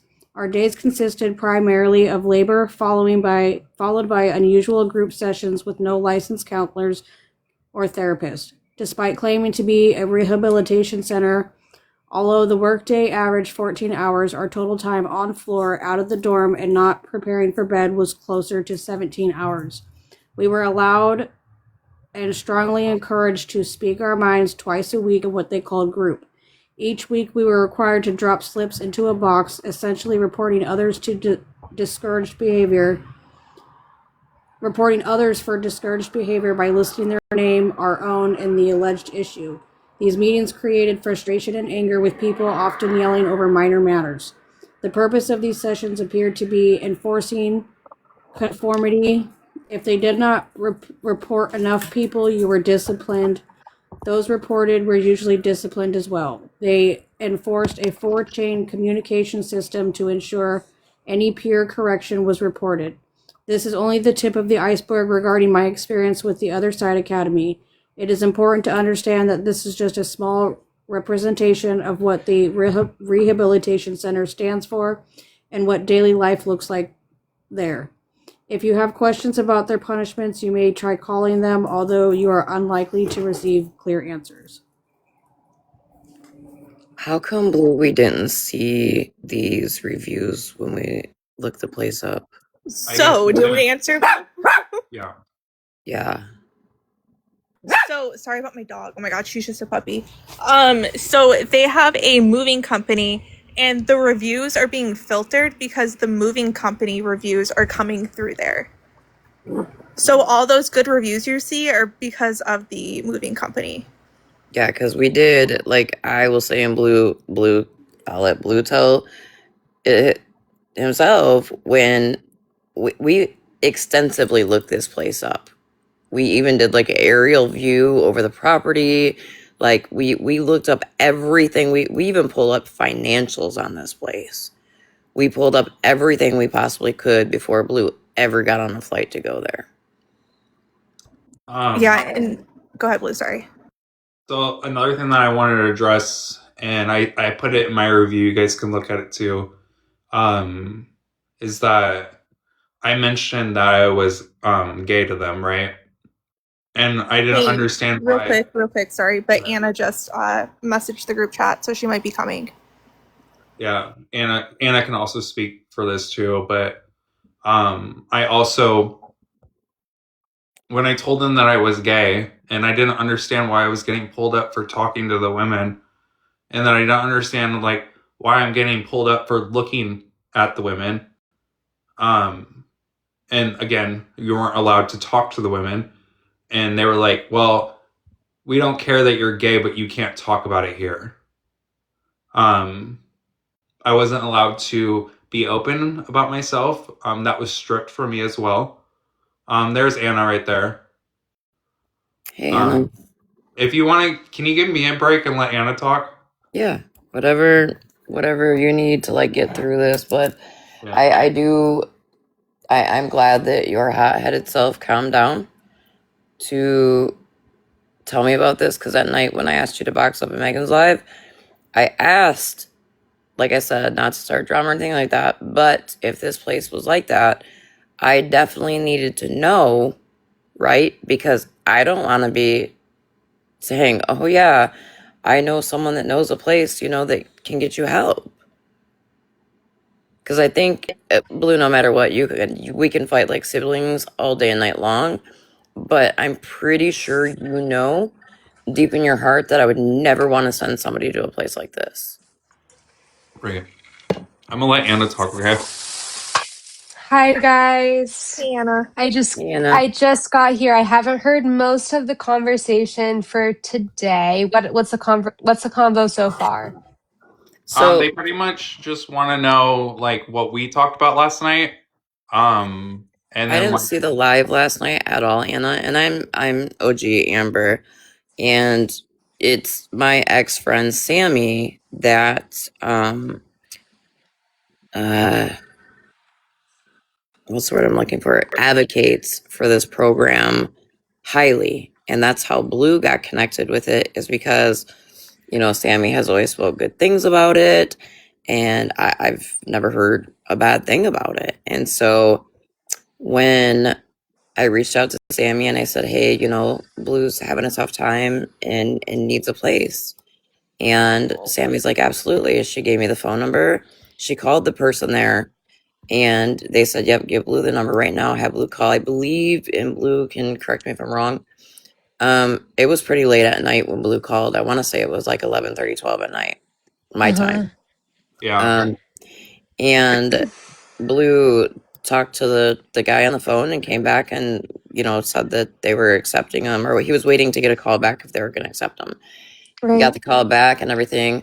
Well, then fast forward to March, I was on my way back from Texas from getting married, and I get a phone call. And the phone call said, hey, just want to let you know that Blue, and keep in mind, Blue and I are like siblings. We fight like siblings. But Blue knows at the end of the day, Right. if Blue needs something, he's Y'all are always been there able for to each call me. other's. Yeah. Yeah. So they were like, Blue is telling people you sent him, that you sent him to a cult, and you this and you that. And I'm like, whoa, wait. I'm like, I gave Blue the number. Blue made the call. Blue got on the plane. Like, I've not heard shit, right? At this point, I had heard nothing. So we were talking about it one night in a live, and then Blue. Can I ask a quick question? Mm-hmm. Was this last night or was it a different night? No, I wasn't around last night, so I don't know what Okay. happened. I was just curious. I just came around last night, so I just wanted to get, but sorry, go on. Nope, you're good. No, this wasn't last night. I didn't even know you guys did a live last night until Blue just told me a little while ago that you guys did one last night. So I did say something to Sammy. I'm like, hey, Blue is saying that he was sent to a cult. They took his phone, which we knew they were going to take his phone. I did not know they were going to throw it away. They made it He sound probably like didn't they know that take it. either. Yeah, they made it sound like they take it for a little while, and then you get it after, like, from my understanding, Blue, wasn't it? You get it after you accomplish or, like, reach a certain level. But we were also told that Blue absolutely would have open access to, like, a phone in the building at all times.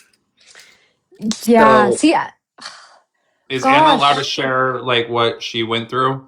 yeah, she can share whatever. I mean, whatever she's comfortable sharing. You know how I am, Blue, about I'm not going to force anybody if she'd rather. I think you're comfortable with it, but I just want to say really quick from like hearing like what like you went through. I hope you don't feel any like at all like any guilt or shame through that like experience, because like nobody in any of this had any idea what this was going to be. Like, I mean, it's until we got heartbreaking for there. me Nobody. because honestly, like, there's times where I'd like to take Blue out back, like my little brother, and beat the snot out of him. The last week, absolutely, I have felt like that with him. But like hearing this now, and I wish the night, and I understand the night in Megan's live, he wasn't ready. But hearing this now, like it hurts my heart. And then no matter what, right? No matter what, the person that advocates for this place that got, us in contact with it, even though we're not talking right now, I shared the live to her. Why are y'all reporting me? Seriously. I shared the live with her and said, hey, I really think you need to come in here and listen to this. And needless to Wait, say, sorry, she with who? Sammy. With Sammy. And Sammy was, Sammy's friends with Dave. Okay. See, and yeah, it's just like it's so hard. I know with like my dad was really good, like worked with Dave DeRocher. We kind of talked about it a little bit in our live last night, but he was friends with Dave DeRocher and like worked with him. And so like my dad had every intent of sending me to the best place that he knew of sending me to. He'd tried a lot of other places. You know what I mean? He gave me this information with his best intent, and I took his knowledge and used it to my best intent, right? Because like nobody sent me there to try to hurt me or anything. You know what I mean? It's all like people like looking out for me, just wanting the best for me. So it's like, yeah, it's like, I think that's a little bit tricky too, is like, I guess that situation in itself, I guess, and again, because I just came into the middle of it, so I'm just kind of hearing the middle of it, but I hope like nobody from either point feels any guilt at all, because like I said, I just came from the middle of it, so kind of just getting my perspective. I hope nobody feels any guilt whatsoever, because it's like you really hear these great things about this place, and the people who want to go into this place have every hope in the world that it's going to work, and the people who are their loved ones that are saying, like, suggesting it, also have every hope in the world. Like, both both parties have every hope and every belief that it's going to work and it's going to be a great place. And it's a lot of it has to do with just false advertising ultimately. And so it's like, gosh, I don't know, that part's like, that's something I've struggled with is like, and that's something that I didn't want to reach out about this for a long time is because like this is one of my dad's coworkers was for a long time. He left the company, but was one of my dad's coworkers for a long time. And like, I don't know, I guess just a bunch of stuff. So I think it's like, I mean, yeah, I hope like anybody who ends up in the situation where their family member ends up in this, I hope nobody feels bad about whatever like role they contributed into it, because like everybody contributed a role into it from their best knowledge, from their best understanding of what the situation was, all from our best understanding. But like, yeah, ultimately it's crazy like what we don't know from the outside until you get there. It's insane. Like I had no idea. I knew it was going to be militant. I knew it was going to be hard. I knew that I was going to be working my stay, and I knew that I was going to be corrected for things that I said. I knew all of these things. I didn't know the extent that it was going to go. And once I found out the extent that it was going to go, it went like way beyond anything that my dad had been told from his years of working with Dave. It went beyond anything that I could have understood.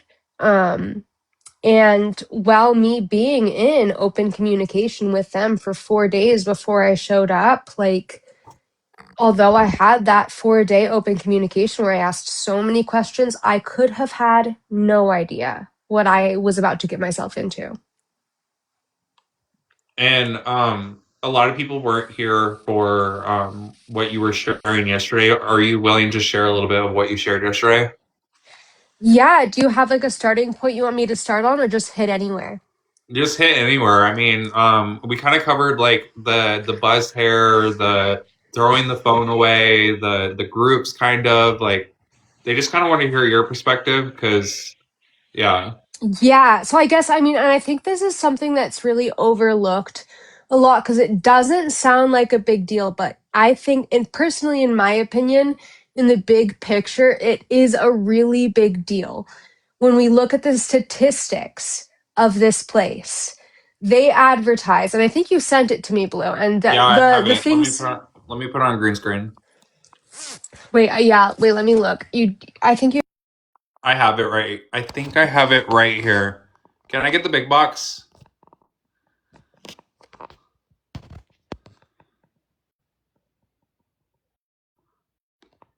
Can I get the big box? These are the statistics that she's talking about. And I have them. Oh, perfect. I see that right there. Okay. So they advertise these statistics on, it's this like base, it's like a black table that we put our yearbooks on, we put all of our stuff on basically. And so they advertise this to at least us, and I didn't know this was to the public. I'm assuming it's to the public as well, as if you got this screenshot. But they advertise these statistics saying that. Oh.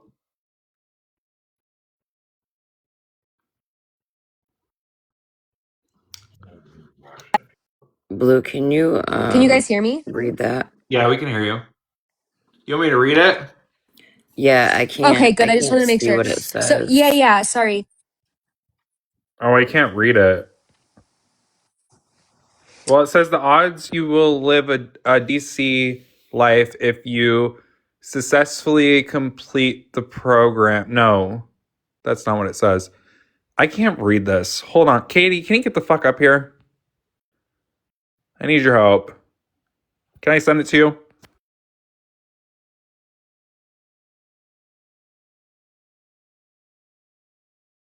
Can summarize what that says, because I remember what it says to an extent. I just don't remember the percentages, which doesn't matter when none of it is factual at all. So like the percent, basically it was saying non-recidivism rates, which means people who leave the situation, right, and don't commit more crimes or don't continue any rug use, that kind of thing would be non-recidivism. So they start with 2 weeks on that scale, from what I remember, saying that after a certain extent, let's say it says 15%. I can't remember exactly what the scale says, but let's say it says 15%, and then after a month it says 30%. After a year it says 40%, on and on. So those are their statistics of their success rates, saying that after a certain amount of time, this is the success rate. The thing that I found really interesting about that is, while I was there, I asked them about that. I was like, how are you guys getting, because I was really suspicious about it. It didn't make sense to me how they were getting these numbers from people who were, a lot of times when leaving the program, were getting probably leaving with an arrest warrant, right, on the run, or getting sent back to jail. So I'm like, how are you guys getting these numbers? And so I asked them that, and they said to me it was through reaching out to people in the program that had already been in the program. Keep in mind that first number is after 2 weeks. And so I've been out of the program for a year and a half. I've never received anybody reaching out to me. I was there for, I think, a month, which isn't long. It's a 2.5-year program, but I was there for a month, right? And so these are things that I asked them. I asked them, like, how are you getting these numbers? Where did you get this information from? They said, we reach out to everybody who leaves once they leave, and we find out, like, their sobriety and their, like, recession dates through criminal activity and all of that stuff. I can guarantee you none of that is true. And let me tell you exactly why. It's because I've been out of this program for over a year and a half, and I've had the same email and phone number and all of the same contact information. They have had every single opportunity to reach out to me and see how I'm doing, but they haven't, which just proves that the information that they're giving, the statistics that they're giving, is not true, right? If they were basing this off of the people that they could, at least the people that they could reach out to and see how they're doing, I would have been one of those people. But if we were going to base it off of the people that they couldn't reach out to, the numbers would be exponentially different, right? So that alone shows how bullshit it's all a facade. It's all a lie. I can't believe that is what's most infuriating to me, is because this is probably what the state's going off of, is their statistics, their facts. When their statistics and their facts are blatantly and factually incorrect, not true, not scientifically factual whatsoever, in no way. And so that really is one of the things that super gets me. And I get that probably a lot of people don't care about that because a lot of companies do this, but this is like the basis. To me, this is like the basis of the facts that this place is crap. Are you able to talk a little bit on not you hitting? I'm screaming. We can hear Sorry. I was about to say, is someone hitting a dab? Oh, wait, no, I wasn't. I was actually full on chugging water. Oh, that was like, that definitely sounded like you were hitting. But that could be me next as well. Can you touch base on like the groups and hours and stuff like that? Yeah, so like with the groups, whenever I start with the groups, I like to start with the hours first. So like, because it doesn't, I mean, I guess it doesn't make sense until then. So like with the groups, so how it starts basically is throughout the day, we're all required to report on each other through any activity that might be deemed inappropriate through TOSA's standards. I guess that would be the best way to put it. And so when we see somebody else making any choice or interaction or movement that would not be accordance to TOSA's standards, we are required to drop a slip.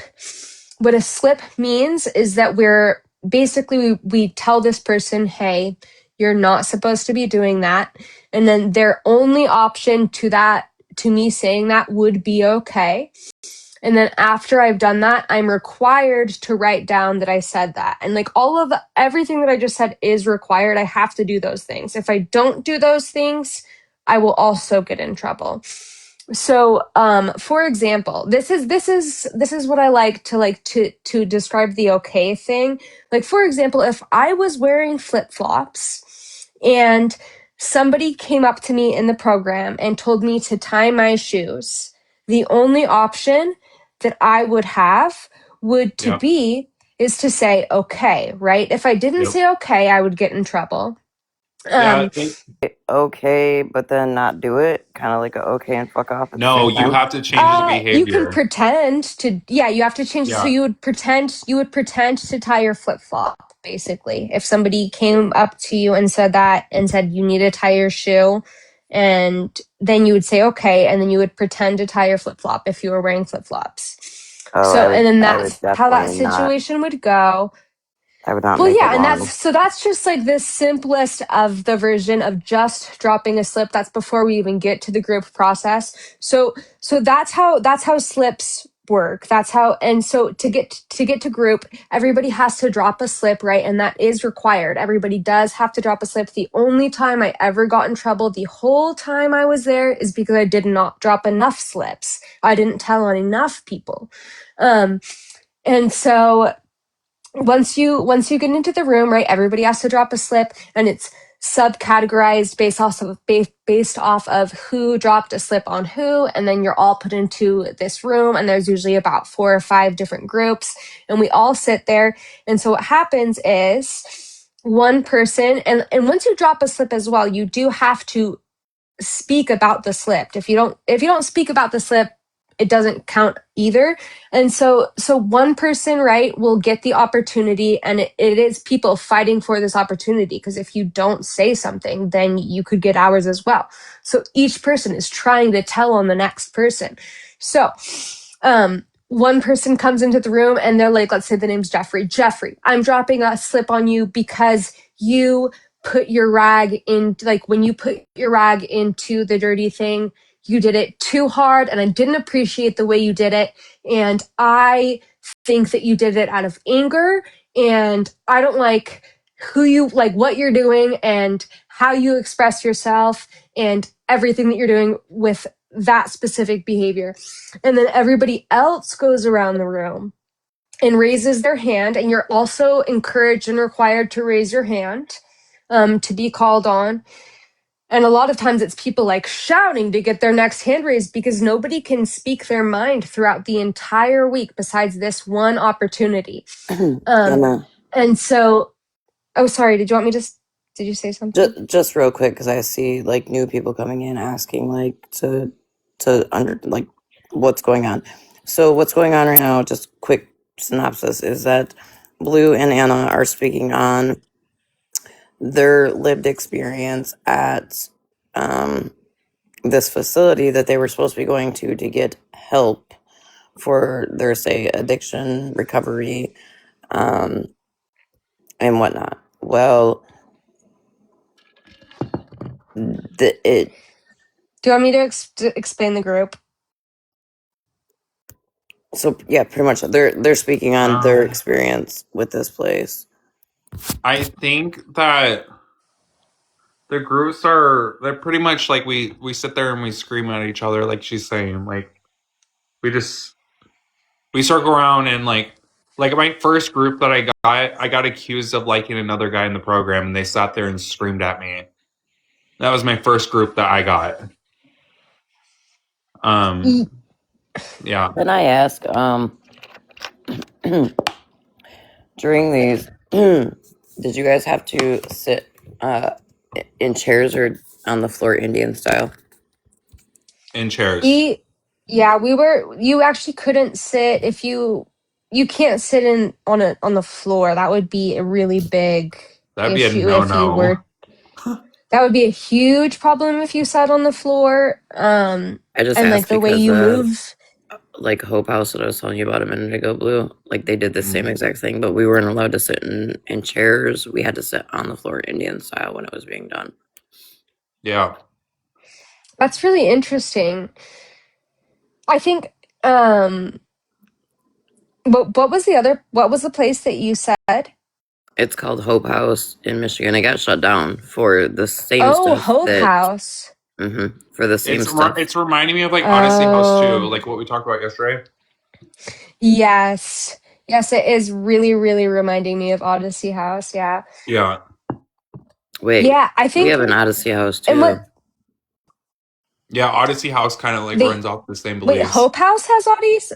Hope House has an Odyssey House. No, Or Michigan. In Michigan, we have an Odyssey House. Actually, right here in Flint, we have an Odyssey House, and then we had a Hope House, which is where I was sent for behavioral when I was younger. But once Blue started telling me about this place, it literally is mimicking exactly what Hope House was like. But Hope House did get shut down. what's crazy about this too is like I was telling Blue yesterday, the girl that I ended up running away with, she had gone into a program. So she was from Hawaii. Well, originally she was from Michigan, but she had gone to Hawaii to go to a similar program as the Other Side Academy. And so she had gone there and had a really similar experience to what she had at the Other Side Academy, and then ended up transferring over there and thinking that maybe it would be a little bit different and running. But like, it's crazy how this is the issue for me, right? And I mean, I think this is really, I think probably maybe a lot of people in the chat might like disagree with this, but I think that if us as like citizens, as US citizens, continue to accept AA as like the required like treatment for people who are experienced, or at least the standard treatment for those who are experiencing substance use, if we continue to allow that to be like the standard, we're going to continue to see other places who are going to base their ideology off of just unfactualness, just like AA does. The Other Side Academy wasn't AA based at all. No, not at all. No, not from the sounds of it. Honestly, No, that's not. it Yeah, doesn't that's not sound what like I'm there saying at was all. What I'm any saying type is of like, addiction treatment for you guys whatsoever. I would be interested, Anna, if you don't mind. I don't know if you talked about this last night. If you're not comfortable talking about it, tell me. Do you mind telling us how you got out? Like, yeah, I know you for just said sure. you ran away. Can you tell us kind of like how that happened? And Yeah, definitely. So, I was, there was this girl that was my mentor basically there, and we were working together for a while, and like I said, you really, or I'm sure Blue said, you can't really talk to people while you're there. And so one day, I mean, I had been thinking about leaving for a while. I was only staying because I had made a promise to my dad's friend that I would stay. And this girl that was my mentor, she came up to me one day while we were cleaning, and she wasn't supposed to say this, but she said, like, I just can't do this anymore, which, like, that alone is something you can't say. And then me asking why is something you can't say either. But I was like, why? Like, what do you mean? And she was like, I just can't be here anymore. Like, I can't do it. And I was like, girl, I can't either. Like, I can't like continue to do this. This is insane. And so throughout, like I said, you can't talk to each other. So during that conversation, basically, the only reason she was able to say that to me at all was because we were cleaning partners together. The only things that she actually was allowed to say to me was like, hey, can you do this or grab me that or, you know, something like that, or to correct me on something that I'd done wrong. But her and I had kind of slowly decided, you know, slowly started to cross the boundaries. And so she told me like, hey, I can't do this anymore. What can't you do? Saying I just can't be here anymore. It's like, girl, I can't be here anymore. I've been telling the workers here for forever that I just want to go, and they won't let me go.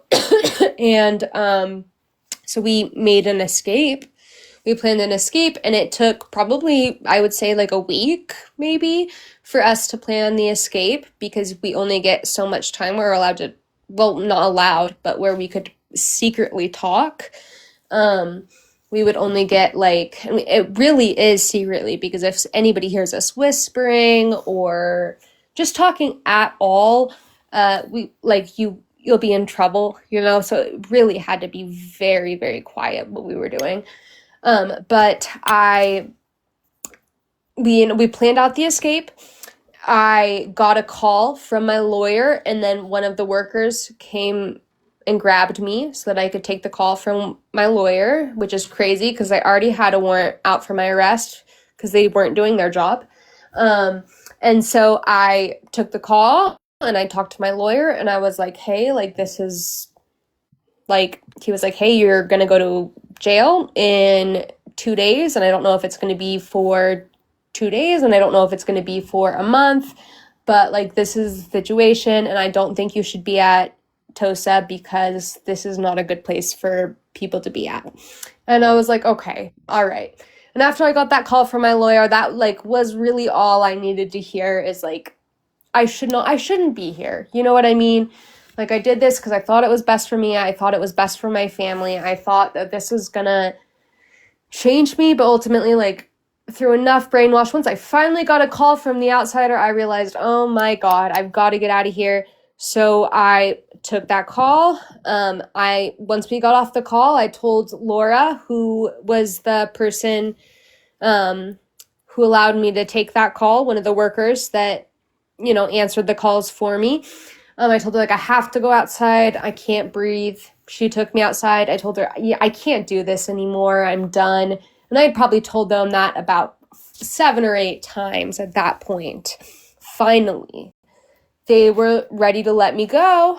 And so they put me on the bench, which is like the punishment. The bench is the punishment, or like the waiting. You could put the waiting, the punishment, however you want to put it.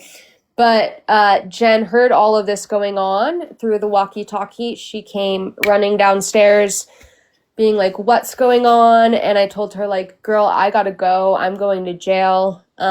Like, I just can't keep, like, trying to make this work. And even if I wanted to make this work, like you can go to jail. They do it all the time. You can go to jail and then come back to the program. That's totally fine. That wasn't the issue. It was that I needed to leave the program. I had to leave. And so she came downstairs and she was like, what are you doing? And I was like, girl, I'm sorry. I know we had this plan, but I have to go. I have to go to jail. And she's from Hawaii, so she's depending on me to be her escape out of here, basically. I told her I have 2 days. I've got to go. And she was like, no, I'm coming with you. And they told her, like, no, like, if you do this,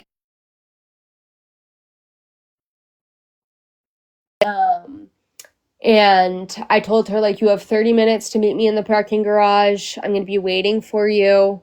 But they kicked me off the property after that because they didn't want me to take another person after I had gone. And so then she ended up meeting me in the parking garage, and I'm not sure how she got all of her stuff back, but they called her family and told them, like, not to help her because she was from Hawaii, so they wanted her back. They told her not to help her, and just, I don't know. It was a bunch of really, when I left, it was a bunch of really crazy stuff. I was probably the 3rd person or 4th person that week to leave in just the women's section because of how just awful it was. And something that I want to share too is that when I was there was a woman that was I want to say I want to say she was in her like 40s, like 45, and she tried to escape 5 times while I was there, and she finally got away, and she had to climb through the mansion window where you guys stayed, and she had to climb through the bathroom window just to get away from them because they chased her down every single time that she tried to escape. It was really fucking sad. And when she It's wild because Blue, again, correct me if I'm wrong, but when we were like looking everything up and whatnot, like, did we not get told that if you get there and you decide that's not for you, that you could leave? Yeah, and my experience, sorry, and I'm gonna say this, but my experience is that my experience is I tried to leave. And when I tried to leave the first time, I went out the front door and they chased me down the street and told me how much my life is going to be fucked up if I try to leave. I'm going to be homeless. I'm going to be at a homeless shelter. Nobody wants me around. My family wants nothing to do with me. And they persuaded me to come back. They chased me down the street and sat me on that bench. And then I got screamed at by it was like the assistant director, Chris, Anna. And he screamed at me. And so what happened was, I think it was about a week and a half that passed. I was planning another escape. And how I escaped was we go to morning workouts in the morning. And it was like 4 a.m. And I went to the morning workout and I booked it to the nearest hospital. Like I fucking ran. And I made it to the nearest hospital. And that's how I got away from there. That God, is horrible. Yeah. See, Because we that's absolutely, let me make this very clear for all 119 people in here. Before Blue went, okay, and Blue made that phone call that night to do his intake over the phone, one of the questions that were definitely asked that, no, Violet, she's not responded, but one of the questions that were asked to her, and I believe Blue also asked, I wasn't on the call, but I know that we had asked Blue, like, did you ask this question? And Blue said yes. And they told Blue that if at any point in time Blue wanted to leave, it was not a locked in facility, that he was more than welcome to just leave. Am I correct there, Blue? Yeah.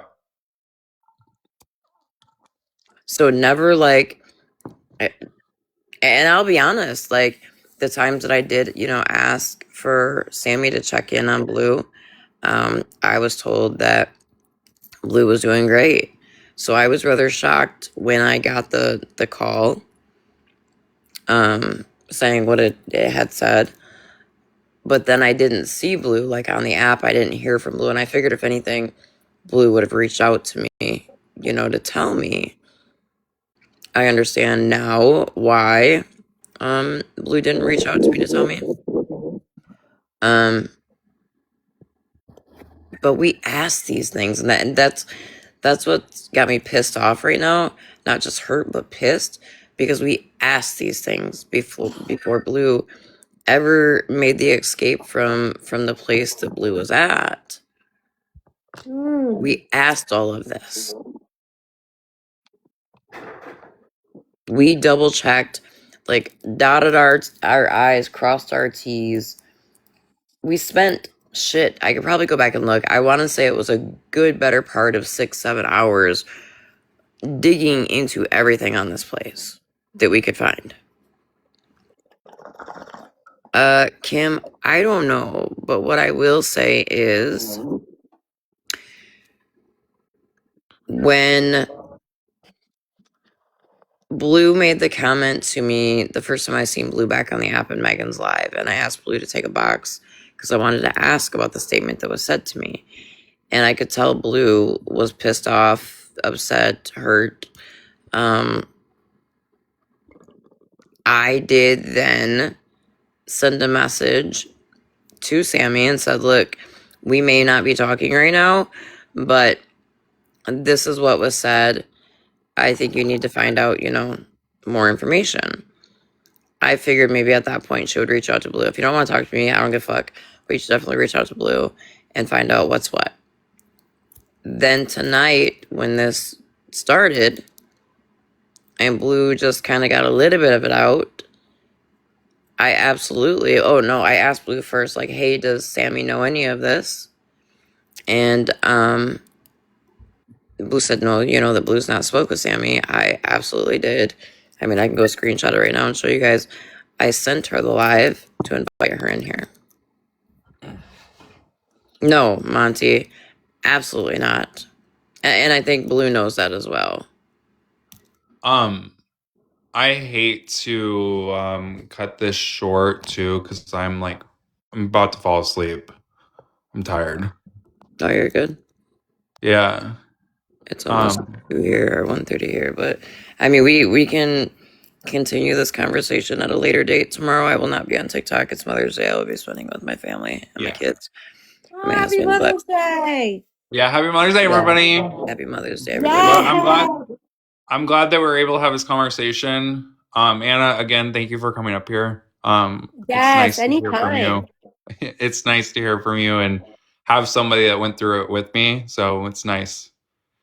Yeah, no, I love to be able to talk about it because I feel like it's been such a, I don't know, isolated experience. So I'm glad that I can be part of this. Thank you so much. Right. Appreciate that. And Blue, before you go, do you mind telling me, and again, you don't have to talk about it on the platform, we can do a call or whatever. How did you end up getting out? Remember the morning workout? I ran away. Oh shit! I'm sorry. You just saw that. Yup. Yeah. You ran to the hospital. It was the second time that I planned that escape. The first one I didn't really plan. I just had a gut feeling that I needed to leave because that was the same week that he told me that I wouldn't talk to my family ever again. Not ever again, but the next 2 years. But and then after all that happened, I made a plan on escaping during that morning workout, and I followed through with that. And so the morning workout, were there other people around, or is it just? Yeah, there was other individuals, older students. And when the older students, they apparently, when you go on a morning workout, you don't need awareness. They call it awareness when you're a freshman. You need awareness. You need eyes on you at all times. It's called awareness. And when you're during a workout, you don't have to do that apparently. But that was the perfect opportunity for me not to be seen. And so that's when I escaped. Yeah. And so did they, well, they have, you've not heard anybody from the facility, heard from anybody from, the facility or anything? No, and I talked to my family. And another thing that I want to touch bases on is that when my barber told me that I wouldn't talk to my family for the next 2 years, he told me that he would reach out to my family and let them know. And when I talked to my family, he never called them. So that's so fucked up. Yeah, he never called them. Not once. I'm trying to think of how to word what I'm trying to say. Yeah, we were definitely not told that you couldn't talk to your family for 2 years or 2.5 years. That alone is a red flag. Being in a place and being told that you can't speak to people about what's going on in there, that is a huge red flag as well. Well, and the first thing that I did when I got to the hospital was get a hold of Amy. I remembered Amy's name. I couldn't remember anybody's fucking phone number, and we had to look up everything. We had to, how we fucking find information on TikTok. You know what I mean? Well, and remember I told you that day, I said, make sure you write down all of our phone numbers. They threw it away. They threw all that away. So she does this chick that sent him there. No, that's happening. So here's the thing, Megan. Like I just said a minute ago, when the first night that I seen Blue on the app, and I asked, it was on our Megan's platform, and I asked Blue to get in the box because I wanted to ask Blue about what was being said. I didn't know much of anything, right? I'm just now learning about it tonight. But what I did know is Blue said the word. I'm traumatized. It was traumatic for me. Blue got that much out in the live that night. So yes, I absolutely went to Sammy. Now, I will say this, and I don't give a fuck who drags me, who comes for me. I don't care. Sammy has no problem jumping in boxes everywhere else. I know, even if she has my phone number blocked because of the issues that we had, I know she doesn't have other people blocked that have absolutely shared her this live tonight. Well, and I also followed her on this account, and she never acknowledged the fact that I even followed her. I followed her on, I think, all of my accounts to reach out to her and have that conversation with her, where she sent me, what she did. Love you too, Kitty. And she never, like, she's on private, so I can't message her.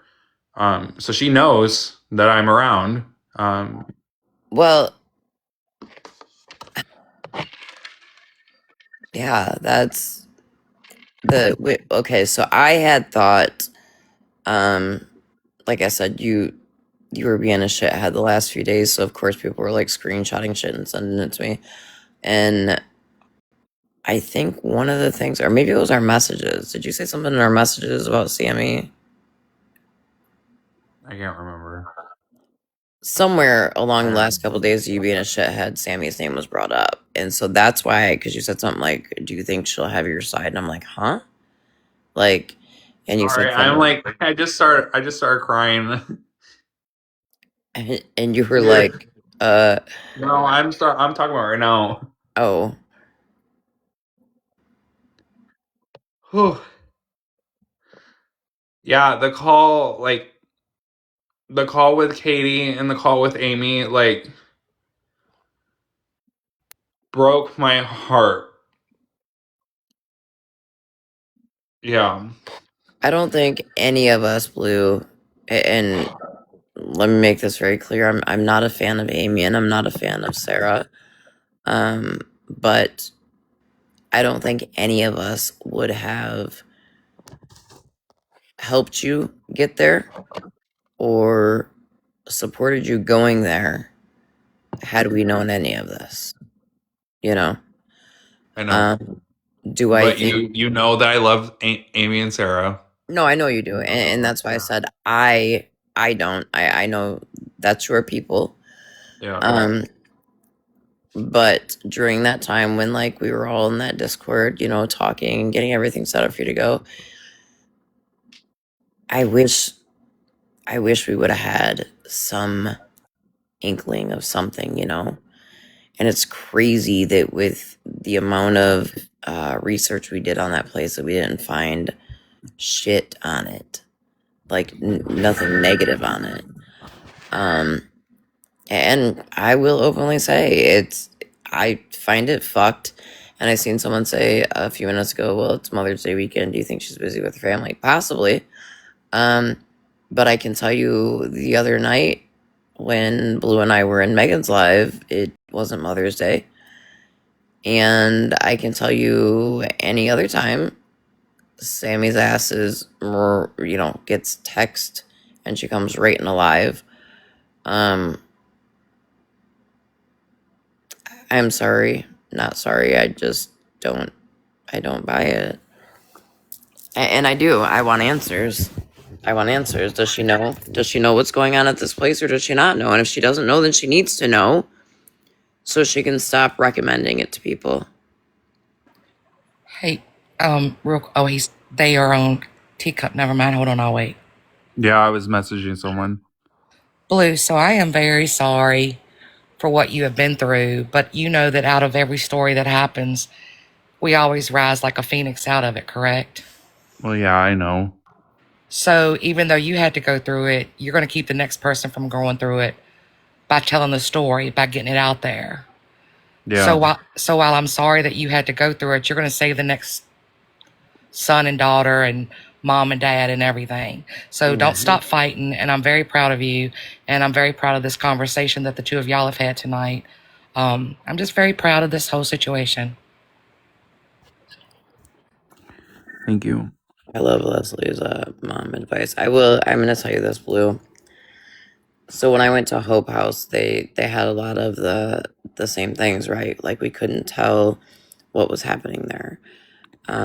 If we did, we would get in trouble. We would get like sitting privileges taken away. We would have to write the folder, which was like 10 billion fucking words.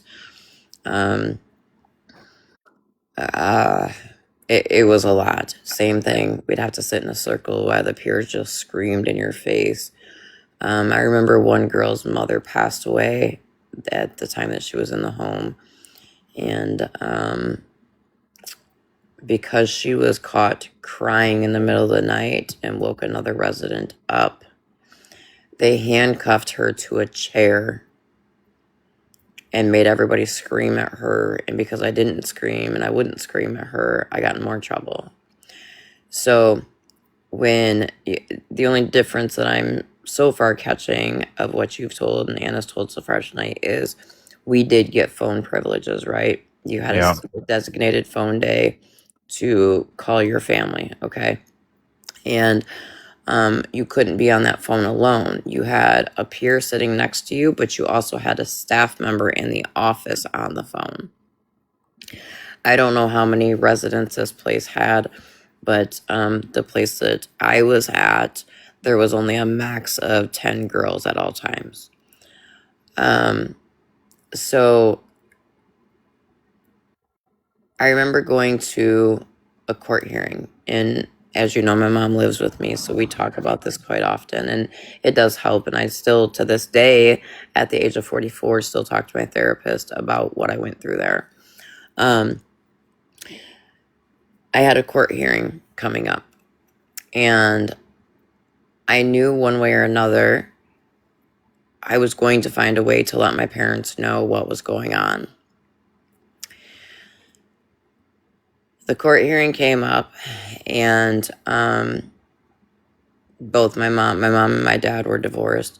My mom and my dad both showed up to the court hearing, and I had said I needed to go to the bathroom. Well, I happened to get connected with the peer, my peer that was my buddy peer for this hearing that went with us.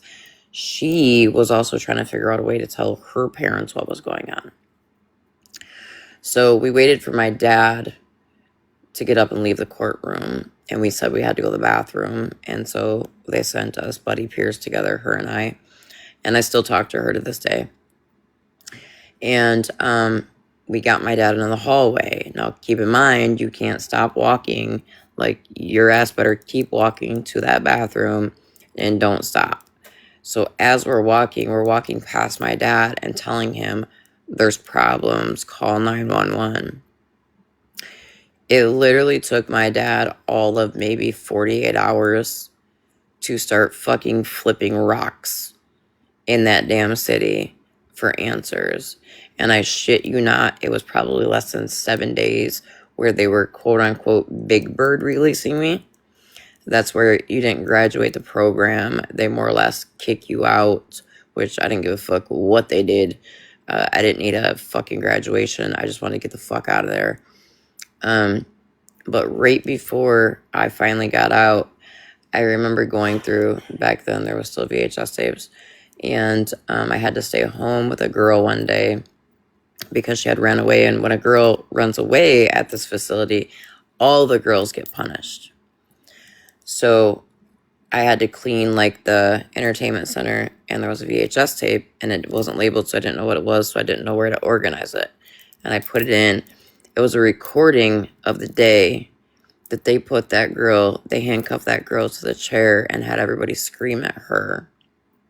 And a staff member happened to walk out of the office and flipped the fuck out. I'm telling you, just from the little bit you have told and Anna has told tonight, this literally sounds identical to Hope House. Identical. Yeah, it's very traumatizing, and I'm sorry that you even went through that too. And I don't know. I'm glad it got out there. I'm glad that people know now. I don't want to argue with people about it, but I'm tired. I don't know. It just took a lot of energy out of me and my fucking medications. So this clip, it was sent to me, and I did just watch it a second ago on my other device.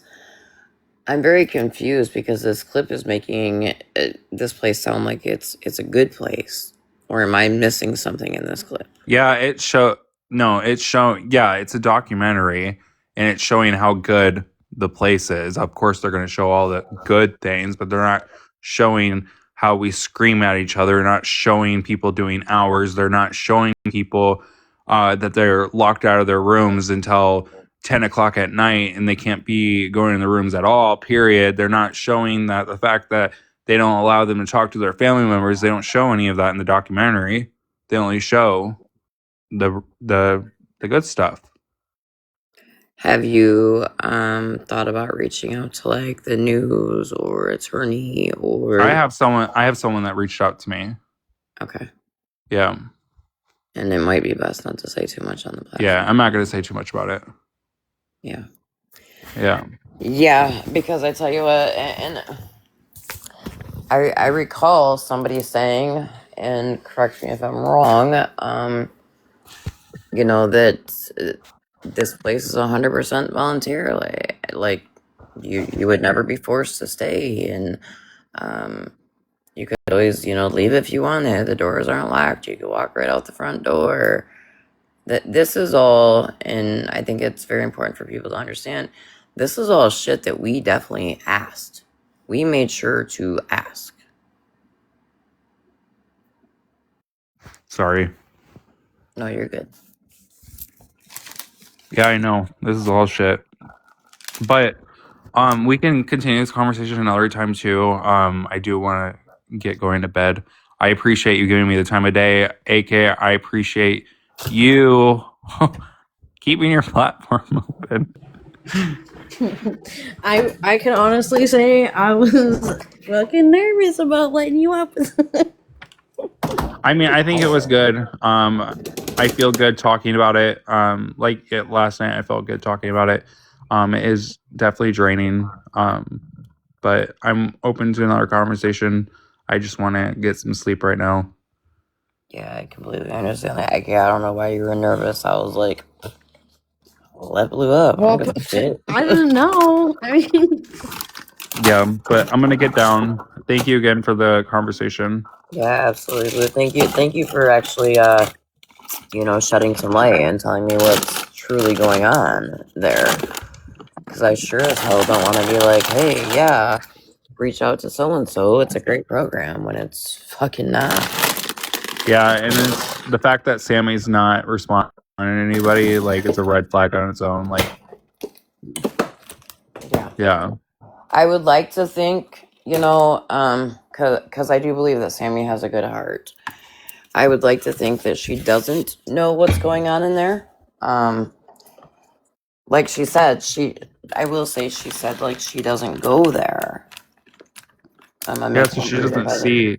And again, I can give her the benefit of the doubt, right? I can give her the benefit of the doubt that she doesn't know what's going on truly in there. But the fact that you're claiming, oh, like Katie just said, oh, she can't say she works closely with the program and not know. Like, the fact that you're claiming the fact that you're claiming that you work so fucking closely with them, but then you have two individuals that are up here on the platform saying the same fucking story, and you have all these fucking reviews that are saying the same fucking thing. I'm sorry, Sammy. You're getting outvoted. You know what I mean? Yeah, well, and look, I mean, it didn't take her hardly no time at all. We know how people on TikTok work. I guarantee even our ops have sent her this fucking live. Yeah, so But like I said, I appreciate the conversation. I hope everybody has a wonderful Mother's Day as well. For the people that did listen, I appreciate you guys listening. I do need to go to bed. Yeah, get some sleep, hon. I appreciate you talking to me and filling me in because, like I said, I would never send anybody to go through anything like I did, and that's exactly what the fuck this sounds like. And another thing, I did crush out on Hallie, but it's not even remotely about this. It's just I have my own personal beef. I don't want to crush out on her again, but I was upset when I watched that fucking live. Right, well, just remember, she is also learning and I trying know. to change and do things differently. And as you know, people crashing out on you is not going to help that. And I won't be crushing on her again. I just was very Now you know frustrated. why. Now you know why I said I was nervous about you coming up in the box. You've already crashed out in my box tonight.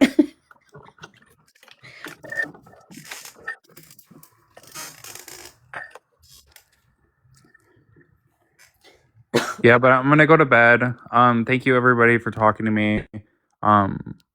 Yeah, I'm going to bed. I'm proud Bye. of you, Blue. 1 second, I do got to laugh at you for a second, though. Okay. You were going hard trying to get my attention. And I was like, all right. I was so confused. I was like, why has this bitch not been fucking live? You know what? And I literally was like, Megan, tell this bitch to go live. Megan was not having it. No, I think a big part that you miss, Blue, is after Florida Man or during Florida Man and Farrah doing the bullshit lies that they did on me. I have really just learned that not everything needs a response or my energy or my attention. And so, unfortunately, you weren't around for that. Had you been around for that, you wouldn't have wasted your fucking energy because you would have been like, this bitch isn't gonna go live. Never mind. Right.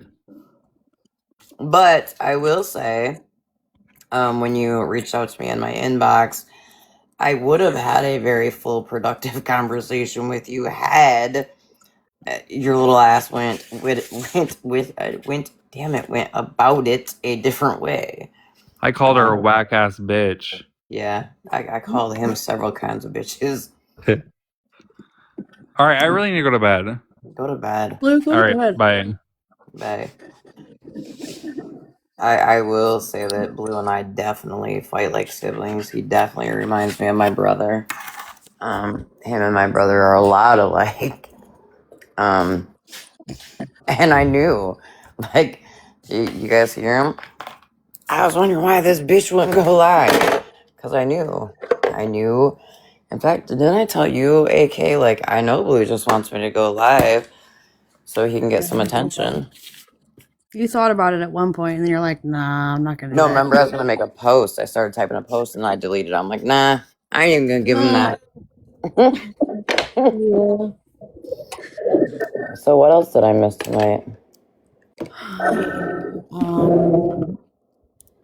Shannon? Oh, yeah. Who was she calling like a tub of butter and shit? What was that all about? I think Mallory. Because I literally walked in to Megan's live. Someone sent me the link and said Shannon's crashing out. I clicked the link, walked in, and heard, she ain't nothing but a fucking tub of butter. And then I heard, hold on, let me get the next one. And then after the let me get the next one, my phone rang and I had been off the app, out of chats and everything until right before I came in here. Oh, That's right, I did. It was beautiful. Fucking Dana came into Megan's live and popped the fuck off. Did she? Oh yeah. It was beautiful. I tell you what, Dana, like once you get her going, she fucking cracks me up. Yeah. I asked Megan if we could keep her. It was beautiful. So then how did oh wait, Tiffany posted my SAV user again. She's giving Yep. obsessed. You ate a cupcake at Megan's live? Yep. And danced in the parking lot while I ate the cupcake. How did you end up with spread bullshit in your live? Oh, I was live streaming Shannon, and then like Blue came in, and then after that I ended my live, and then I came back live, and she came into the live and she said something about like I lied on Florida Man and his people. Please enlighten me on how I lied on Florida Man and his people. I would love to know that question. And she got blocked. We let her back in. Then she got blocked again. And then she came back in, and then it was just a mess. I just wanted her to answer my question.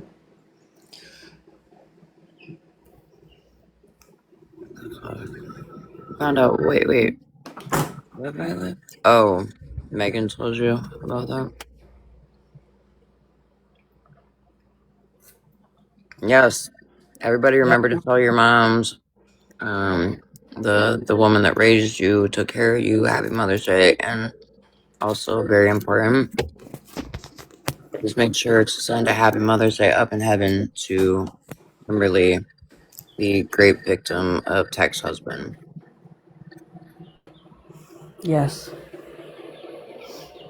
I did have plans on going live tonight, to release some more information, but my home and my children come before this app.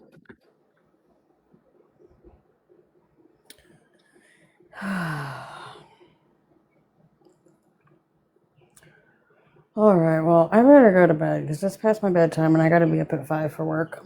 Yuck. Yeah, I'm about I to know, eat right? my burrito and go snuggle up against my husband. All right. Well, everybody have a good Mother's Day. Love Happy Mother's Day, everybody. Good night. Good night.